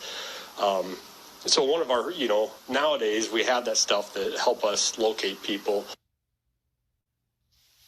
Buter says there are specific cases they want incoming investigators to be familiar with, and he says that Heckle's case is one of them, even after 49 years. In the studio, Brian Tapek, KCRG TV9 News. Along with the Guy Heckle case, authorities are, of course, investigating several cold cases throughout the state. Jody Husentruth, the news anchor from Mason City, went missing in 1995, was never found or heard from again. Police legally declared her dead in 2001. Police are still investigating the death of Elizabeth Collins and Lyric Cook Morrissey. The Blackhawk County cousins were last seen in the summer of 2012. Riding their bicycles near Myers Lake in Evansdale. Their bodies were found that December. Still no arrests in that case. Anyone with information should contact police. Whenever you know. Okay, so that was, like I said, I believe that was from 2022. So it's good to know that at least in 2022, I'm assuming hopefully it still is, they are still, the one investigator said he pulls it out at least once or twice a year at least to look at it. So that is always good with his cold cases, because it's over 50 years now that he's been missing. So it's just, I don't know. Let me get caught up in your comments. I see you guys have a lot of comments on this one. Hey, Black Knight, good to see you, sir. I hope you're doing well. It is always good to see you.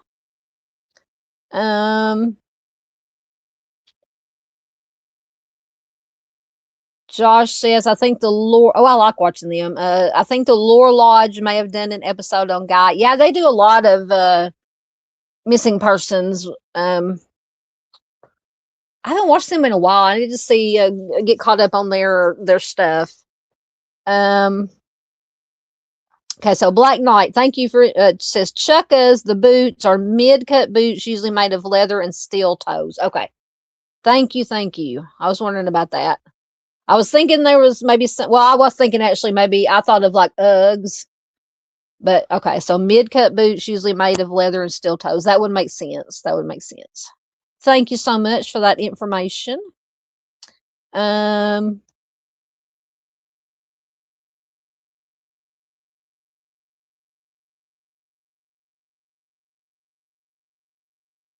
Oh, so the boots, you're talking about the boots. So Black Knight says they were camo issue for the Navy 40 years ago. Wow. Okay. Paula says GoFundMe. I don't know. Are you talking about Guy's case? I don't know.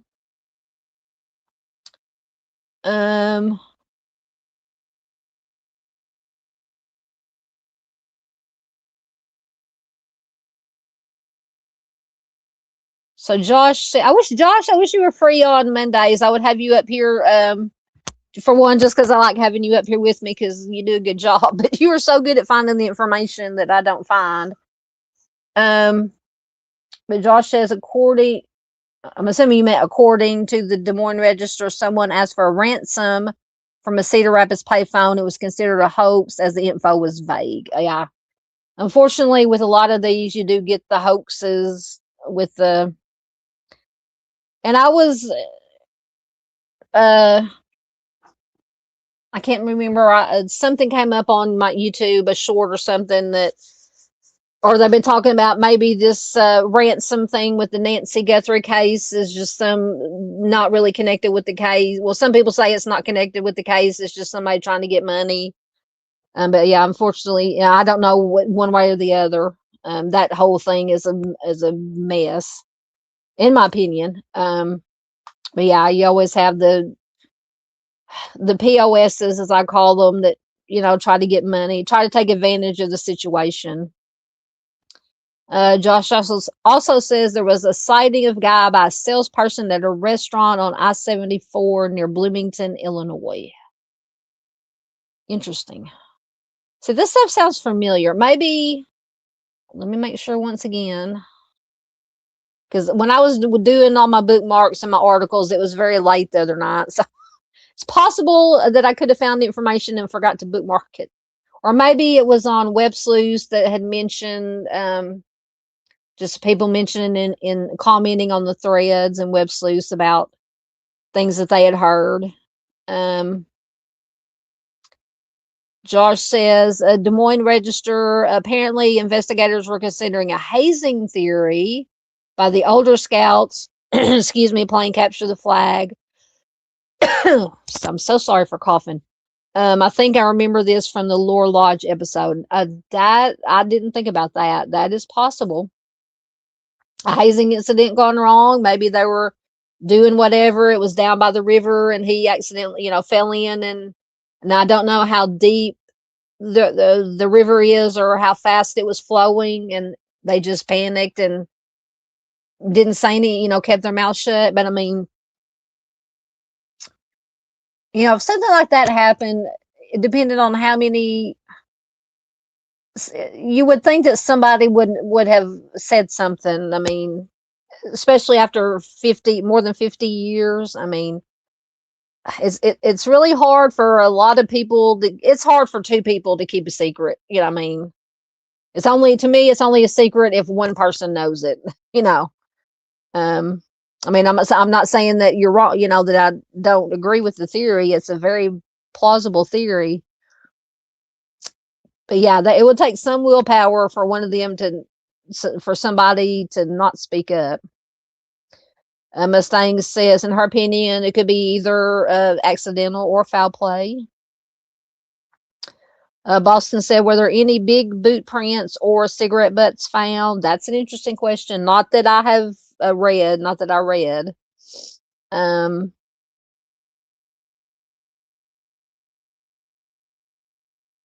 Boston says, why, when a child is missing, do they not call in one of the Texas State horseback trackers? That's a good question. She says, I think Oklahoma has those trackers too, but more are in Texas. Yep. Yeah, I agree. Mustang says, I don't understand people calling in hoaxes when someone is missing. It's disgusting. I agree, ma'am. 100%. Like I said, they are POSs.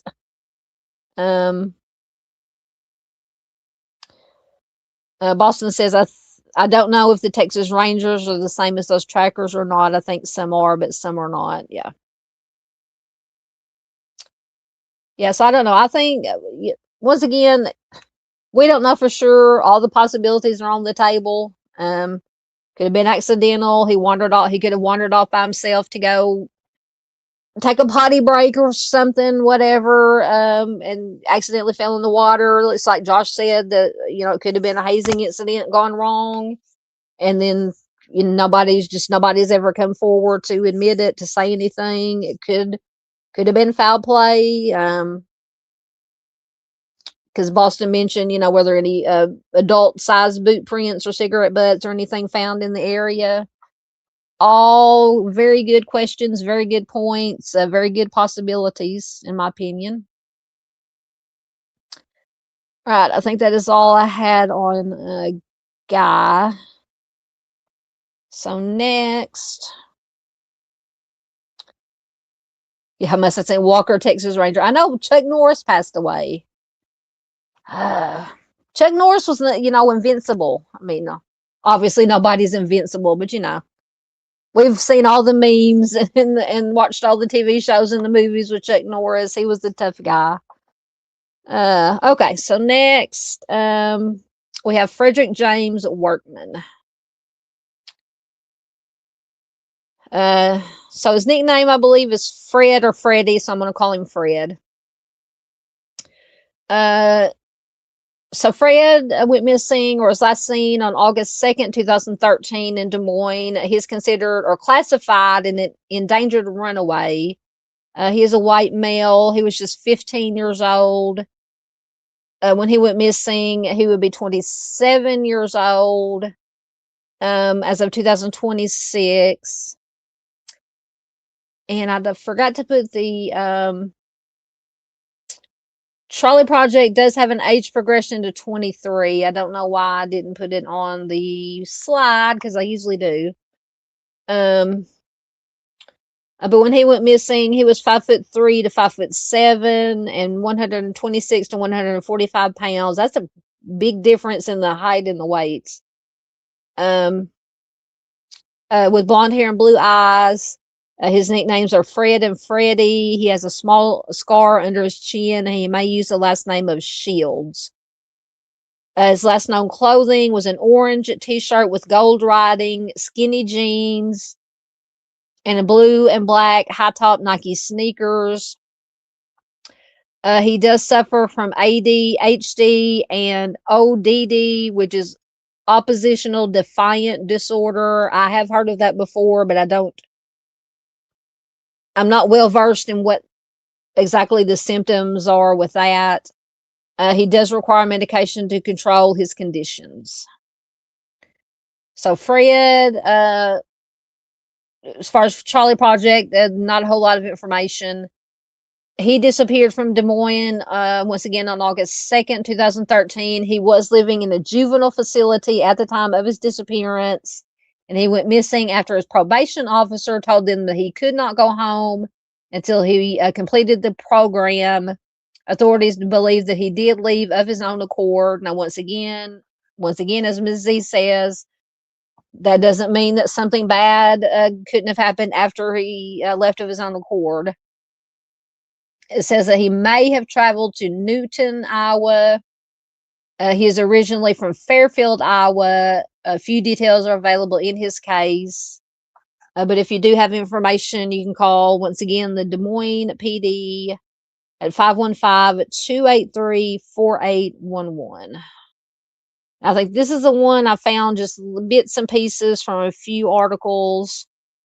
So I think there was some snippets of information on Web Sleuth, so I'll go through that first really quickly. So when he disappeared, his mom, I'm assuming this is just shortly after he disappeared, in an interview, his mom said, quote, "It is stressful. He is a quiet type. My main reason why I'm trying to find him is because he needs his medications. He is ADHD, ODD, and I just want to get him back on his meds and make sure that he is safe," end quote. So Shields, so I believe is the mother, said that family members searched parks in the Des Moines and West Des Moines areas for about 10 hours on Sunday. And 9 family members, including Freddie's stepdad, father, stepmom, aunt, and cousin, continued searching, but with no luck. Shields told the news source that she was in contact with the West Des Moines Police Department, who told her that they do not have the resources to help with the search. That just pees me off. So the mom is quoted as saying, quote, "I want everyone to know that Des Moines cops will not help," end quote. So that's her words. Once again, we're not downing law enforcement, but, and I know that most police departments are short of resources, but I mean, you have a kid that's, how old did I say was, 15, with diagnosed mental health issues, does not have his meds. You would think that they would, do a little bit, and it may be that they did do what they could do, and she just, understandably, the mom thinks, well, they could, you can do more, you can do more. Let's see if there's anything else on here.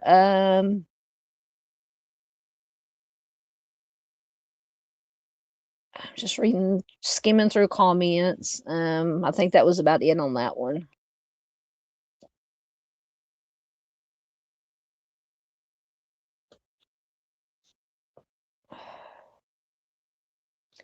So just somebody, so take this with a grain of salt, just a commenter on Web Sleuth says, according to the mom, apparently they got some tips. It says, according to mom, the tip did not pan out. And whoever posted this said, I even emailed the chief of police where they are from and never got a response. Gut feeling, they want this swept under the carpet. He was a ward of the state. They should be held responsible. No one is helping his mom. So,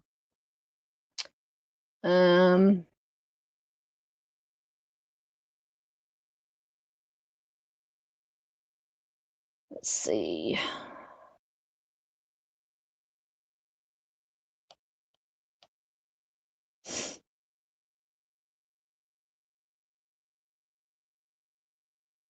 Okay, I think that was all on Web Sleuth. So there was another, let me find it. Give me a second. Okay,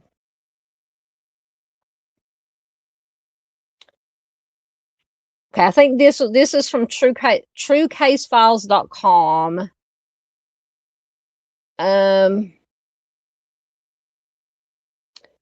So Fredrick Workman has been missing since October 2nd, 2013.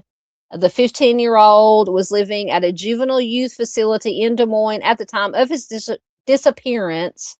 According to Fredrick's father, Fred was caught breaking into cars on several different occasions, and he was eventually put into this probation program. So that was apparently why he was in the juvenile facility.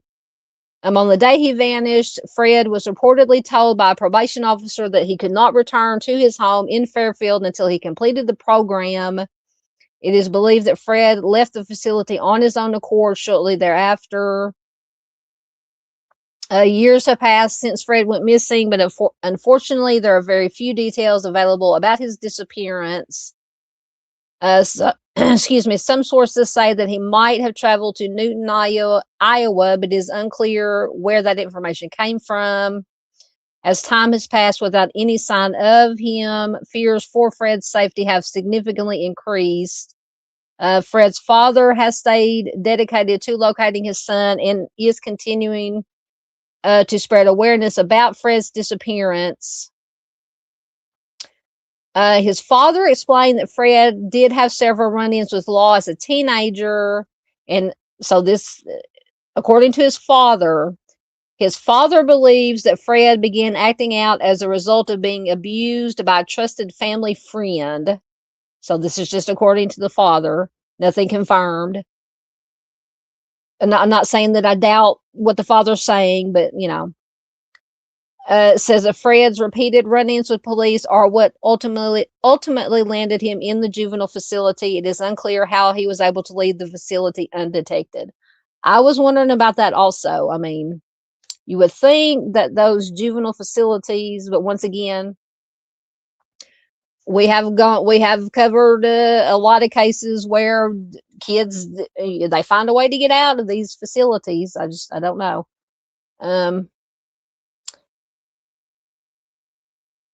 And then I think I did find an article, an interview with his father.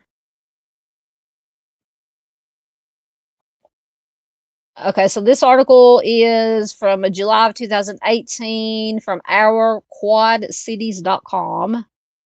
5 years on, a father continues the search to find his missing son. Excuse me. A Quad City father is opening up about the pain that a parent feels when searching for a missing child.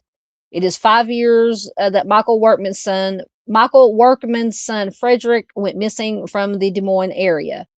Now, anytime he hears about a missing child, it renews the pain. In July of 2018, the Iowa Public Safety Missing Person Clearinghouse listed more than 50 people under the age of 20 who have gone missing. Michael told Local 4 and Fox 18 News his son, who was 15 years old at the time, ran away from a youth facility in 2013.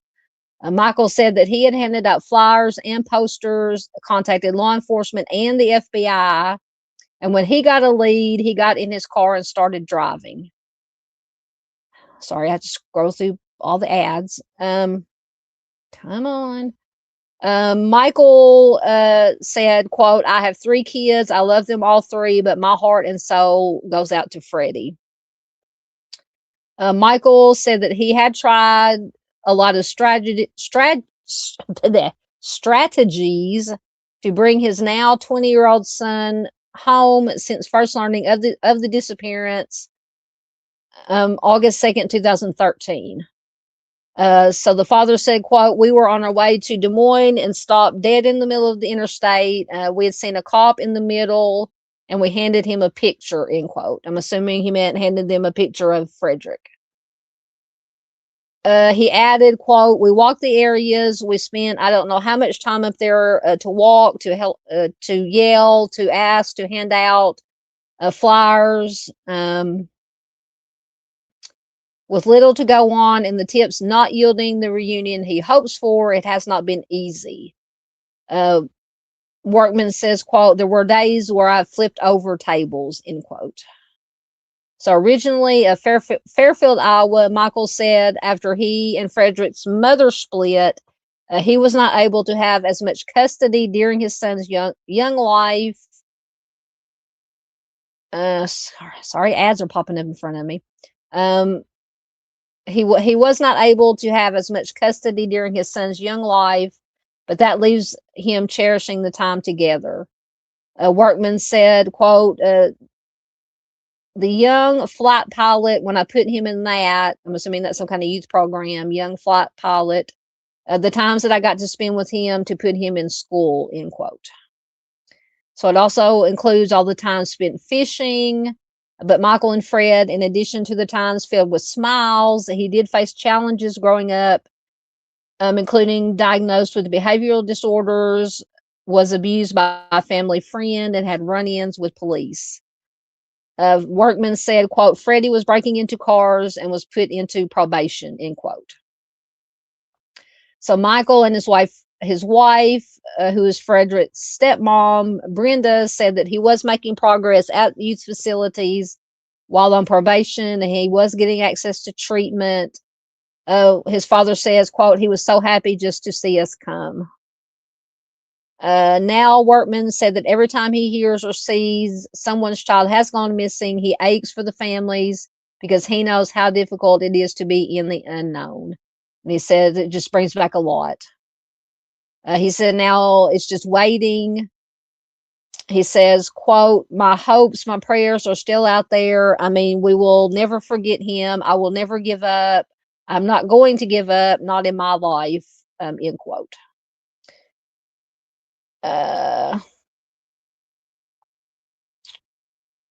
So it just goes and gives us vitals again. So that was his dad. Let's see if I had anything else. Sorry, my computer started lagging on me as usual.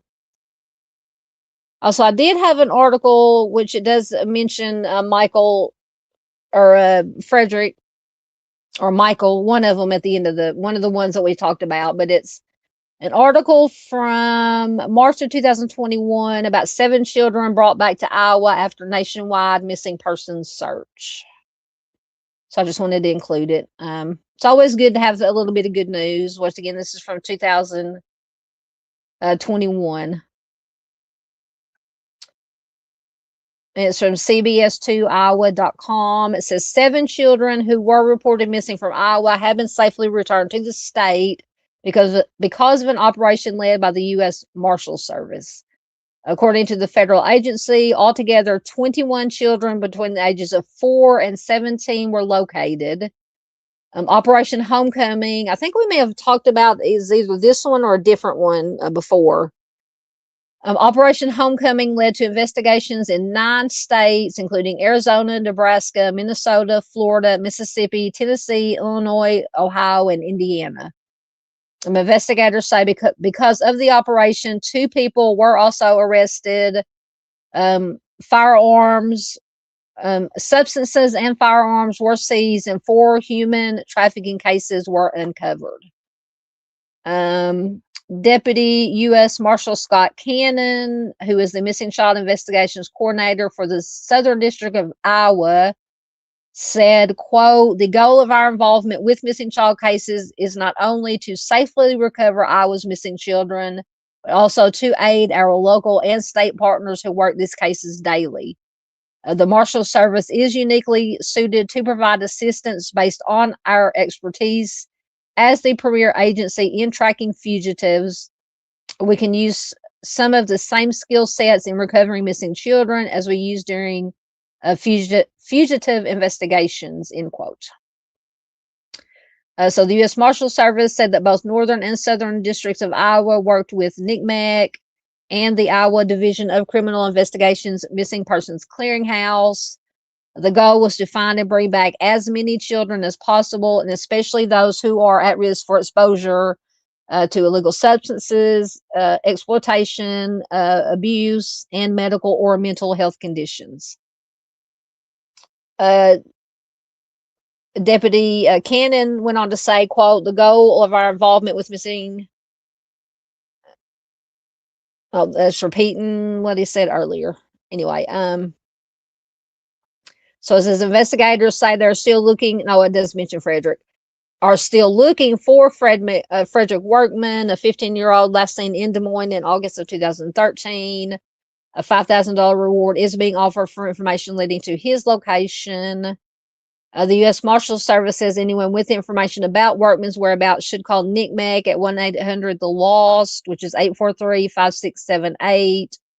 Or you can also visit the cyber tip line at missingkids.org. So yeah, they found 21 in all.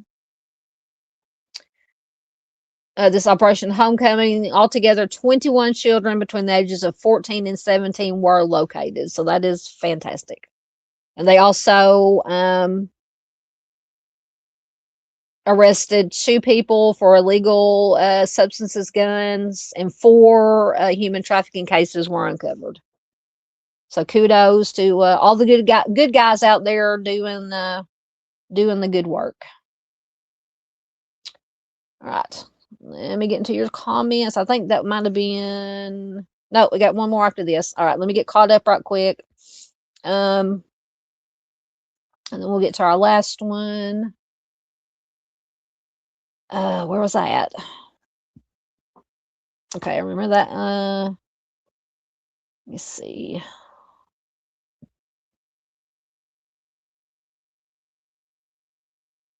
I went up too far. Hold on. Okay, so Mustang says I was diagnosed with ODD as a kid. So that's the oppositional something disorder. Yeah, Mustang says 100% runaways are vulnerable automatically. Yes, ma'am, you're correct. Yeah, Boston says, yeah, Walker, Texas Ranger. I watched it a little bit. I think my dad liked it. Sometimes I would sit down and watch it with him. Oh,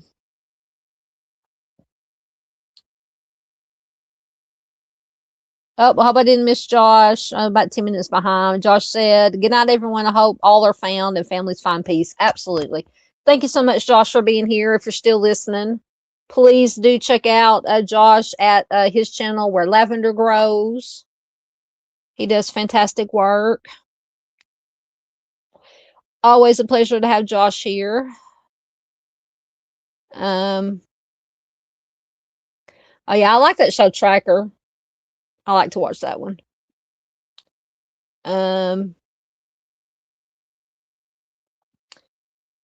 Yeah, Boston says don't hire a private detective, hire one of those Texas Rangers. Absolutely. Yeah, Mustang says they should hire Mr. Steve. Absolutely. Let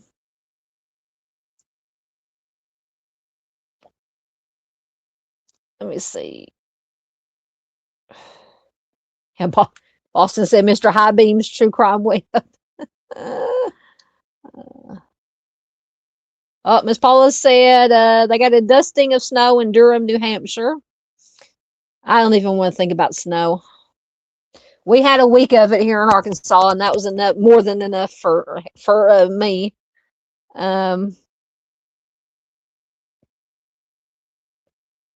Yeah, Boston says those Texas Rangers can pick off 2 pricklies off the cactus and can tell you what animals, predators, snakes, and humans have been through in the past 27 days. You are correct. Man, that reminds me. I know that show wasn't about the Texas Rangers, but there's a show back in the 90s, and I'm gonna get off, my squirrel brain's gonna get off track here. Something riders, about they delivered the Pony Express. God, I love that show. What was it called? Josh Brolin was on. Lots of good actors was on it. Back in my young adulthood, I think it's on back in the 90s. God, something riders, long ride. Oh gosh, I can't think of it. Anyway, once again, nothing to do with the Texas Rangers, but just riding horses. That reminded me of that show. Anyway, thank you, Junior. He says I'm heading to bed. Also, thanks Southern Gal, everyone. Thank you, Junior, for all your support. As always, yeah, Mustang said, yeah, 100% enough snow and ice. Yeah, I don't even want to hear about it anymore. Yeah, Junior said it's midnight where he is. Yep, it's 11 where I am. All right, we got one more case to get to. And I don't think there's a whole lot of information I was able to find on this one. This is Beth Ricketts. Let me get her information. Charley Project.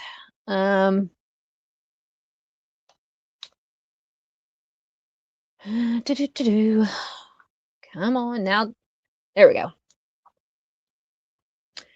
So Beth Ann has been missing since December 22nd, 1997, from Des Moines. She is classified as endangered missing. She's a white female. She was 31 years old when she went missing. She was 5'8" tall, 120 pounds, with blonde hair and blue eyes. Last known clothing was a white shirt, a black leather blazer, black pants, and a zebra print belt. And it says that she was carrying a medium-sized black purse. So Beth Ann was last seen. She left home to do some Christmas shopping. She was driving a gold 1994 Geo Prism, and she never returned. She has never been seen or heard from again. Later that day at around 2:10 p.m., a fire broke out at her duplex in the 4000 block of Dubuque Avenue, and it caused $7,500 worth of damage to a bedroom. Firefighters were unable to determine the cause of the blaze, and investigators are not sure if it was related to her disappearance. So Beth Ann's boyfriend said that on December 24th, a woman claiming to be Beth called him on his cell phone and said that she was fine and she did not want to be found. Now, let me preface this by saying, yes, that could be absolutely true. But I'm always suspicious of, and once again, not because I'm automatically suspicious of a significant other, but that is always who you look at first in a missing persons case, is the people that are closest to them. So, but after this phone call that he said he got, Beth Ann has never resurfaced. And then apparently after this phone call that he said that he got from her, they took her off the missing persons list. I guess they took him at his word. Took her off the missing persons list, and then on January 7th, she was relisted as a missing person. And then apparently after that, the boyfriend refused to cooperate with the investigation, and he hired an attorney. Just food for thought.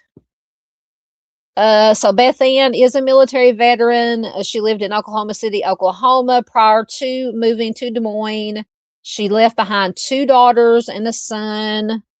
Authorities believe that she may have been taken against her will, and her case is classified as a possible homicide. So apparently the police do have some suspicions. Now, I don't know if it's regarding the boyfriend or anybody else or both. But if you do have any information for this one, you can call the Iowa Missing Persons Information Clearinghouse at 800-346-5507. And there was, once again, on iowacoldcases.org, some good information or some interviews.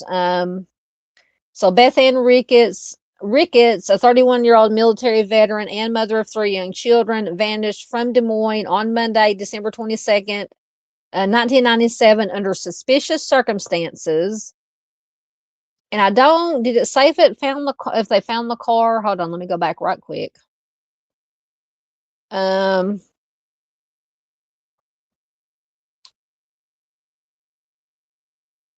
me see it. It says she was driving a gold 1994 Geo Prism. It does not say if the car was ever found.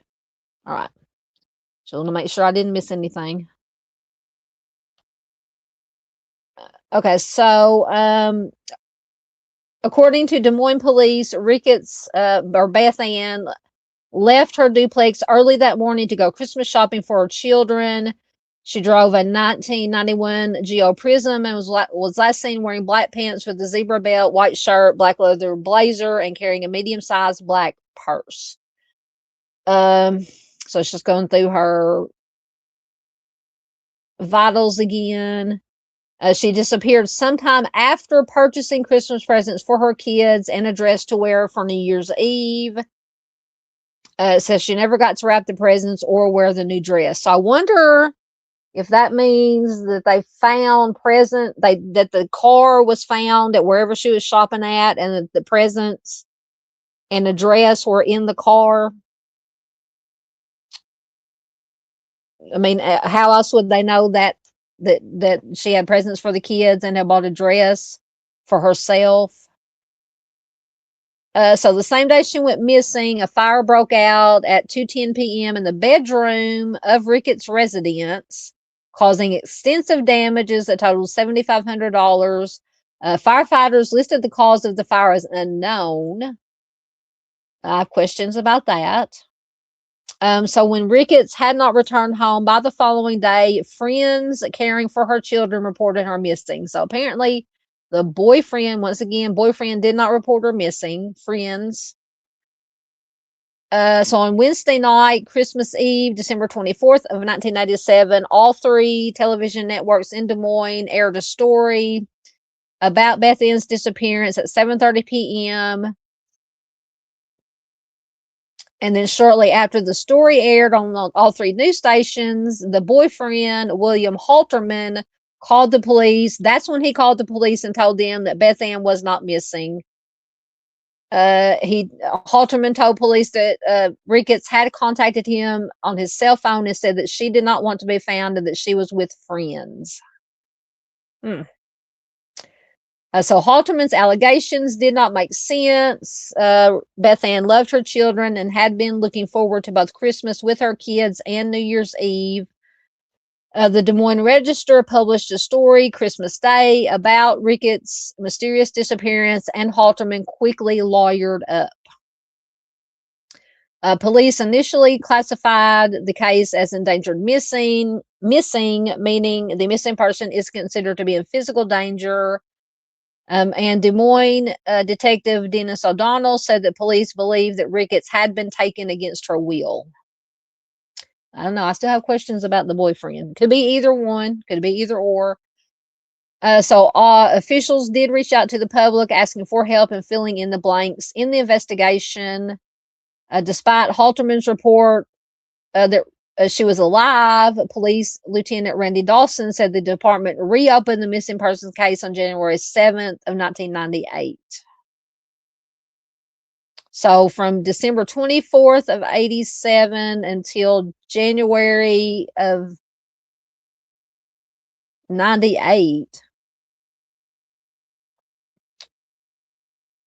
So if they closed it after he said he called after that night, which was Christmas Eve, December 24th, 87, and that's when he said that he got this phone call. If they closed it after that, that means it was over like 11 years before they reopened it, if I'm reading this correctly. So on Thursday, April 2nd of 1998, Des Moines Register reporter Tom Alex tried unsuccessfully to reach out to Halterman, which is the boyfriend, for a comment on Beth Ann's disappearance. Police said that Halterman had declined to talk to them and had hired an attorney. Investigators also questioned whether Ricketts had ever been found and said they believe that she, quote, quite possibly may be deceased, end quote. The Register's story ran on Friday, April 3rd, 1998, and included in part the following. Quote, deepening the 3-month-old mystery for detectives is a fire that broke out and heavily damaged a bedroom in Ricketts' residence at 4000 Dubuque Avenue on the same day that friends say that she disappeared. Ricketts has not spoken with friends or relatives, nor tried to contact a son who is 3 or a daughter who is 10 since December, police said Thursday. Assistant Des Moines Police Chief Kane Robinson said, quote, I think that she has been unalived, but I would love to be proven wrong, end quote. Paul Christian said that he and his wife Regina are close friends of Ricketts. Christian said, quote, "Personally, I think she is deceased. I don't know how or anything. I just think that because she never got far away from her kids, if she was still alive, she will be with them. It's been way too long," end quote. So that was just a snippet of from April 3rd, 1998 from the Des Moines Register. Though her body has never been recovered, the Des Moines Police Department classifies Beth Ricketts' case as a homicide. So some background on Beth. She was born on October 25th, 1966. She was a military veteran and lived in Oklahoma City prior to moving to Des Moines. She was a mother of 2 young daughters and a son. Once again, if you have any information about Beth's unsolved disappearance and suspected homicide, please contact Sergeant Darren Cornwell at the Des Moines PD at 515-283-4811. So I don't know. I think it's I have questions about a lot of things in this case. For one, the fire broke out in the bedroom of their particular apartment the day that she was last seen.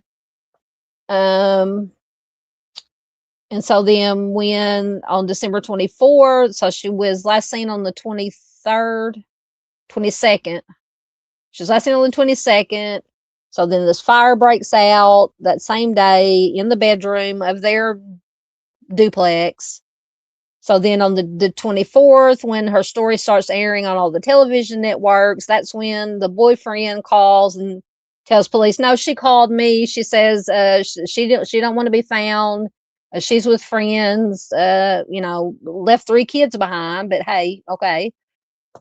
And then he apparently quit cooperating with the police and he lawyered up. I have questions about all that. I'm just saying. Not accusing, just questions. But I mean, as always, feel free to leave, let me know what you think in chat or in comments if you're watching replay. And then, friends said they believe that she was the victim of a homicide, whether it be the boyfriend or if she was snatched by somebody while she was out shopping. Once again, that is also a possibility.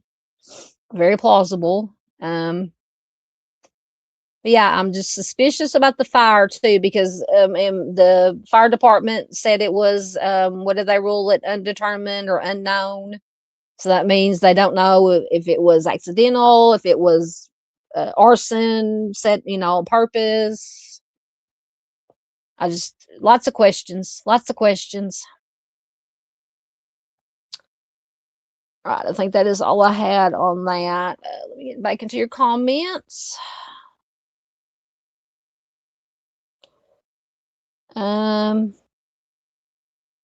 Yes, thank you, Black Knight. The Young Riders. That was the show I was trying to think of. Yes, I love that show.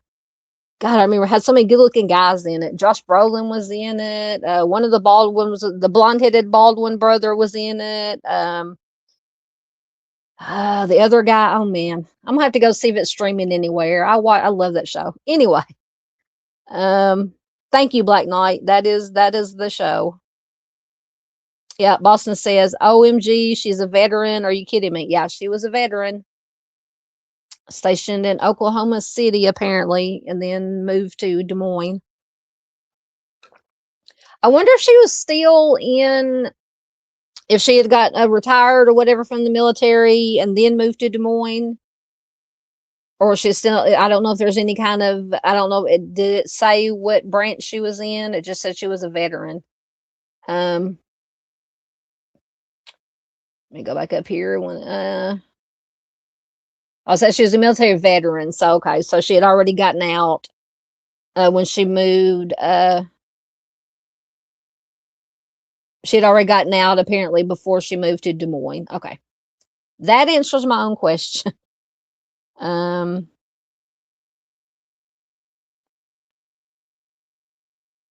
me see. That is what I would like to know. That is an excellent question. Black Knight says, did the police verify that the text or the phone call, text phone call was real before closing the case that first time? That is the exact question I had. I mean, with any case, I wouldn't just, no matter who it was, just take them at their word. I mean, I would have to have some kind of proof. And if it was a text, could they prove it? How can they prove that she sent the text? It could have been somebody that had her phone that sent that text to throw, try to throw them off the trail or whatever. That was my exact thought. But apparently they did close the case for, if I'm reading it right, 11 years, because December 24th, 87 is when the stories came out on the TV. That's when Halterman, the boyfriend, called the police and said, no, she called me, didn't want to be found. She's with friends. She's not missing. And then it says,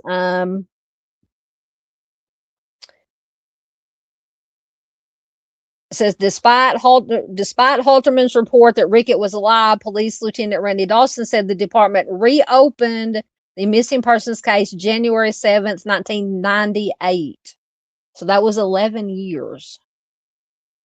I don't understand that. I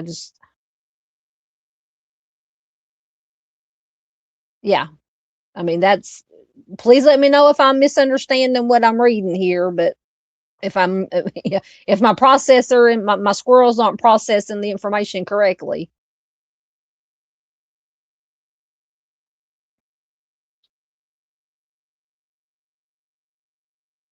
So I don't know if they closed it immediately, like or a couple of days after, say the 24th or the 26th, but even then, or if they waited longer. But from the way that they put it, I'm assuming that shortly after this call in December 24th, 1987, after Halterman gave his story about the call, that they said, okay, we'll unlist her. And then January 7th, 1998, they reopened it. I don't understand that. Why? I mean, especially with him, with all the suspicious things he did. Once again, not saying that he did it, but he was just acting very suspiciously. He quit cooperating with police. He lawyered up. I still have questions about the fire. I don't know, just something's afoot at the Circle K, in my opinion. Yep, absolutely. Boston said that's a good question. Yep, that Black Knight had, absolutely. Boston says, bring in the military already. She deserves it. She would never abandon her children. I agree. Paula says, why the military? Well, she was former military. So now I don't know. I'm not that familiar with, I know military law enforcement works in a whole different, they're a whole separate thing from like regular law enforcement. Now, I don't know if since she was not active at the time she went missing, that they would be able to do anything as far as investigating. I'm not familiar enough with how they operate, but now I'm sure if she had still been active military, that I'm sure they could have gotten involved. But now since she had already gotten out, she was a veteran. I don't know if there's anything that they could have done. Yeah, Boston says somebody needs to pay for what they did to her. She's a veteran. Someone step in. Absolutely. Yep, I have lots and lots of questions about this one. Yeah. And I just don't, I have a hard time believing that, we do know it happens that some, I put mothers in air quotes. Some mothers would leave their children, but for the most part, a mother is not going to leave their children behind. I mean, and especially in her case, because everything that I've read, and I didn't include it because there was just little comments, just little bits and pieces. But from everything in all the research I did in her case, there was never anything thing that I came across that said she had, you know, had any kind of troubled lifestyle or anything going on. It said maybe for the boyfriend. Just saying, just my opinion. You know, that she was a good mom. She cared about her children according to her friends and family. And, you know, she had been out, you know, shopping for Christmas presents for the kids when she disappeared. So, I mean, that's the only thing I haven't. I still don't understand. I want to know if the car was ever found and how they know. They must have found something because they said that they know that she disappeared sometime after purchasing Christmas presents for her kids and a dress to wear for New Year's Eve. So they're either found something or they're just going off of maybe somebody said, yeah, she said she was going to go shopping for presents for the kids and a dress for herself. That could be it because it doesn't say anywhere that I found that they found her car. So I don't know. It may just be the way they worded it. It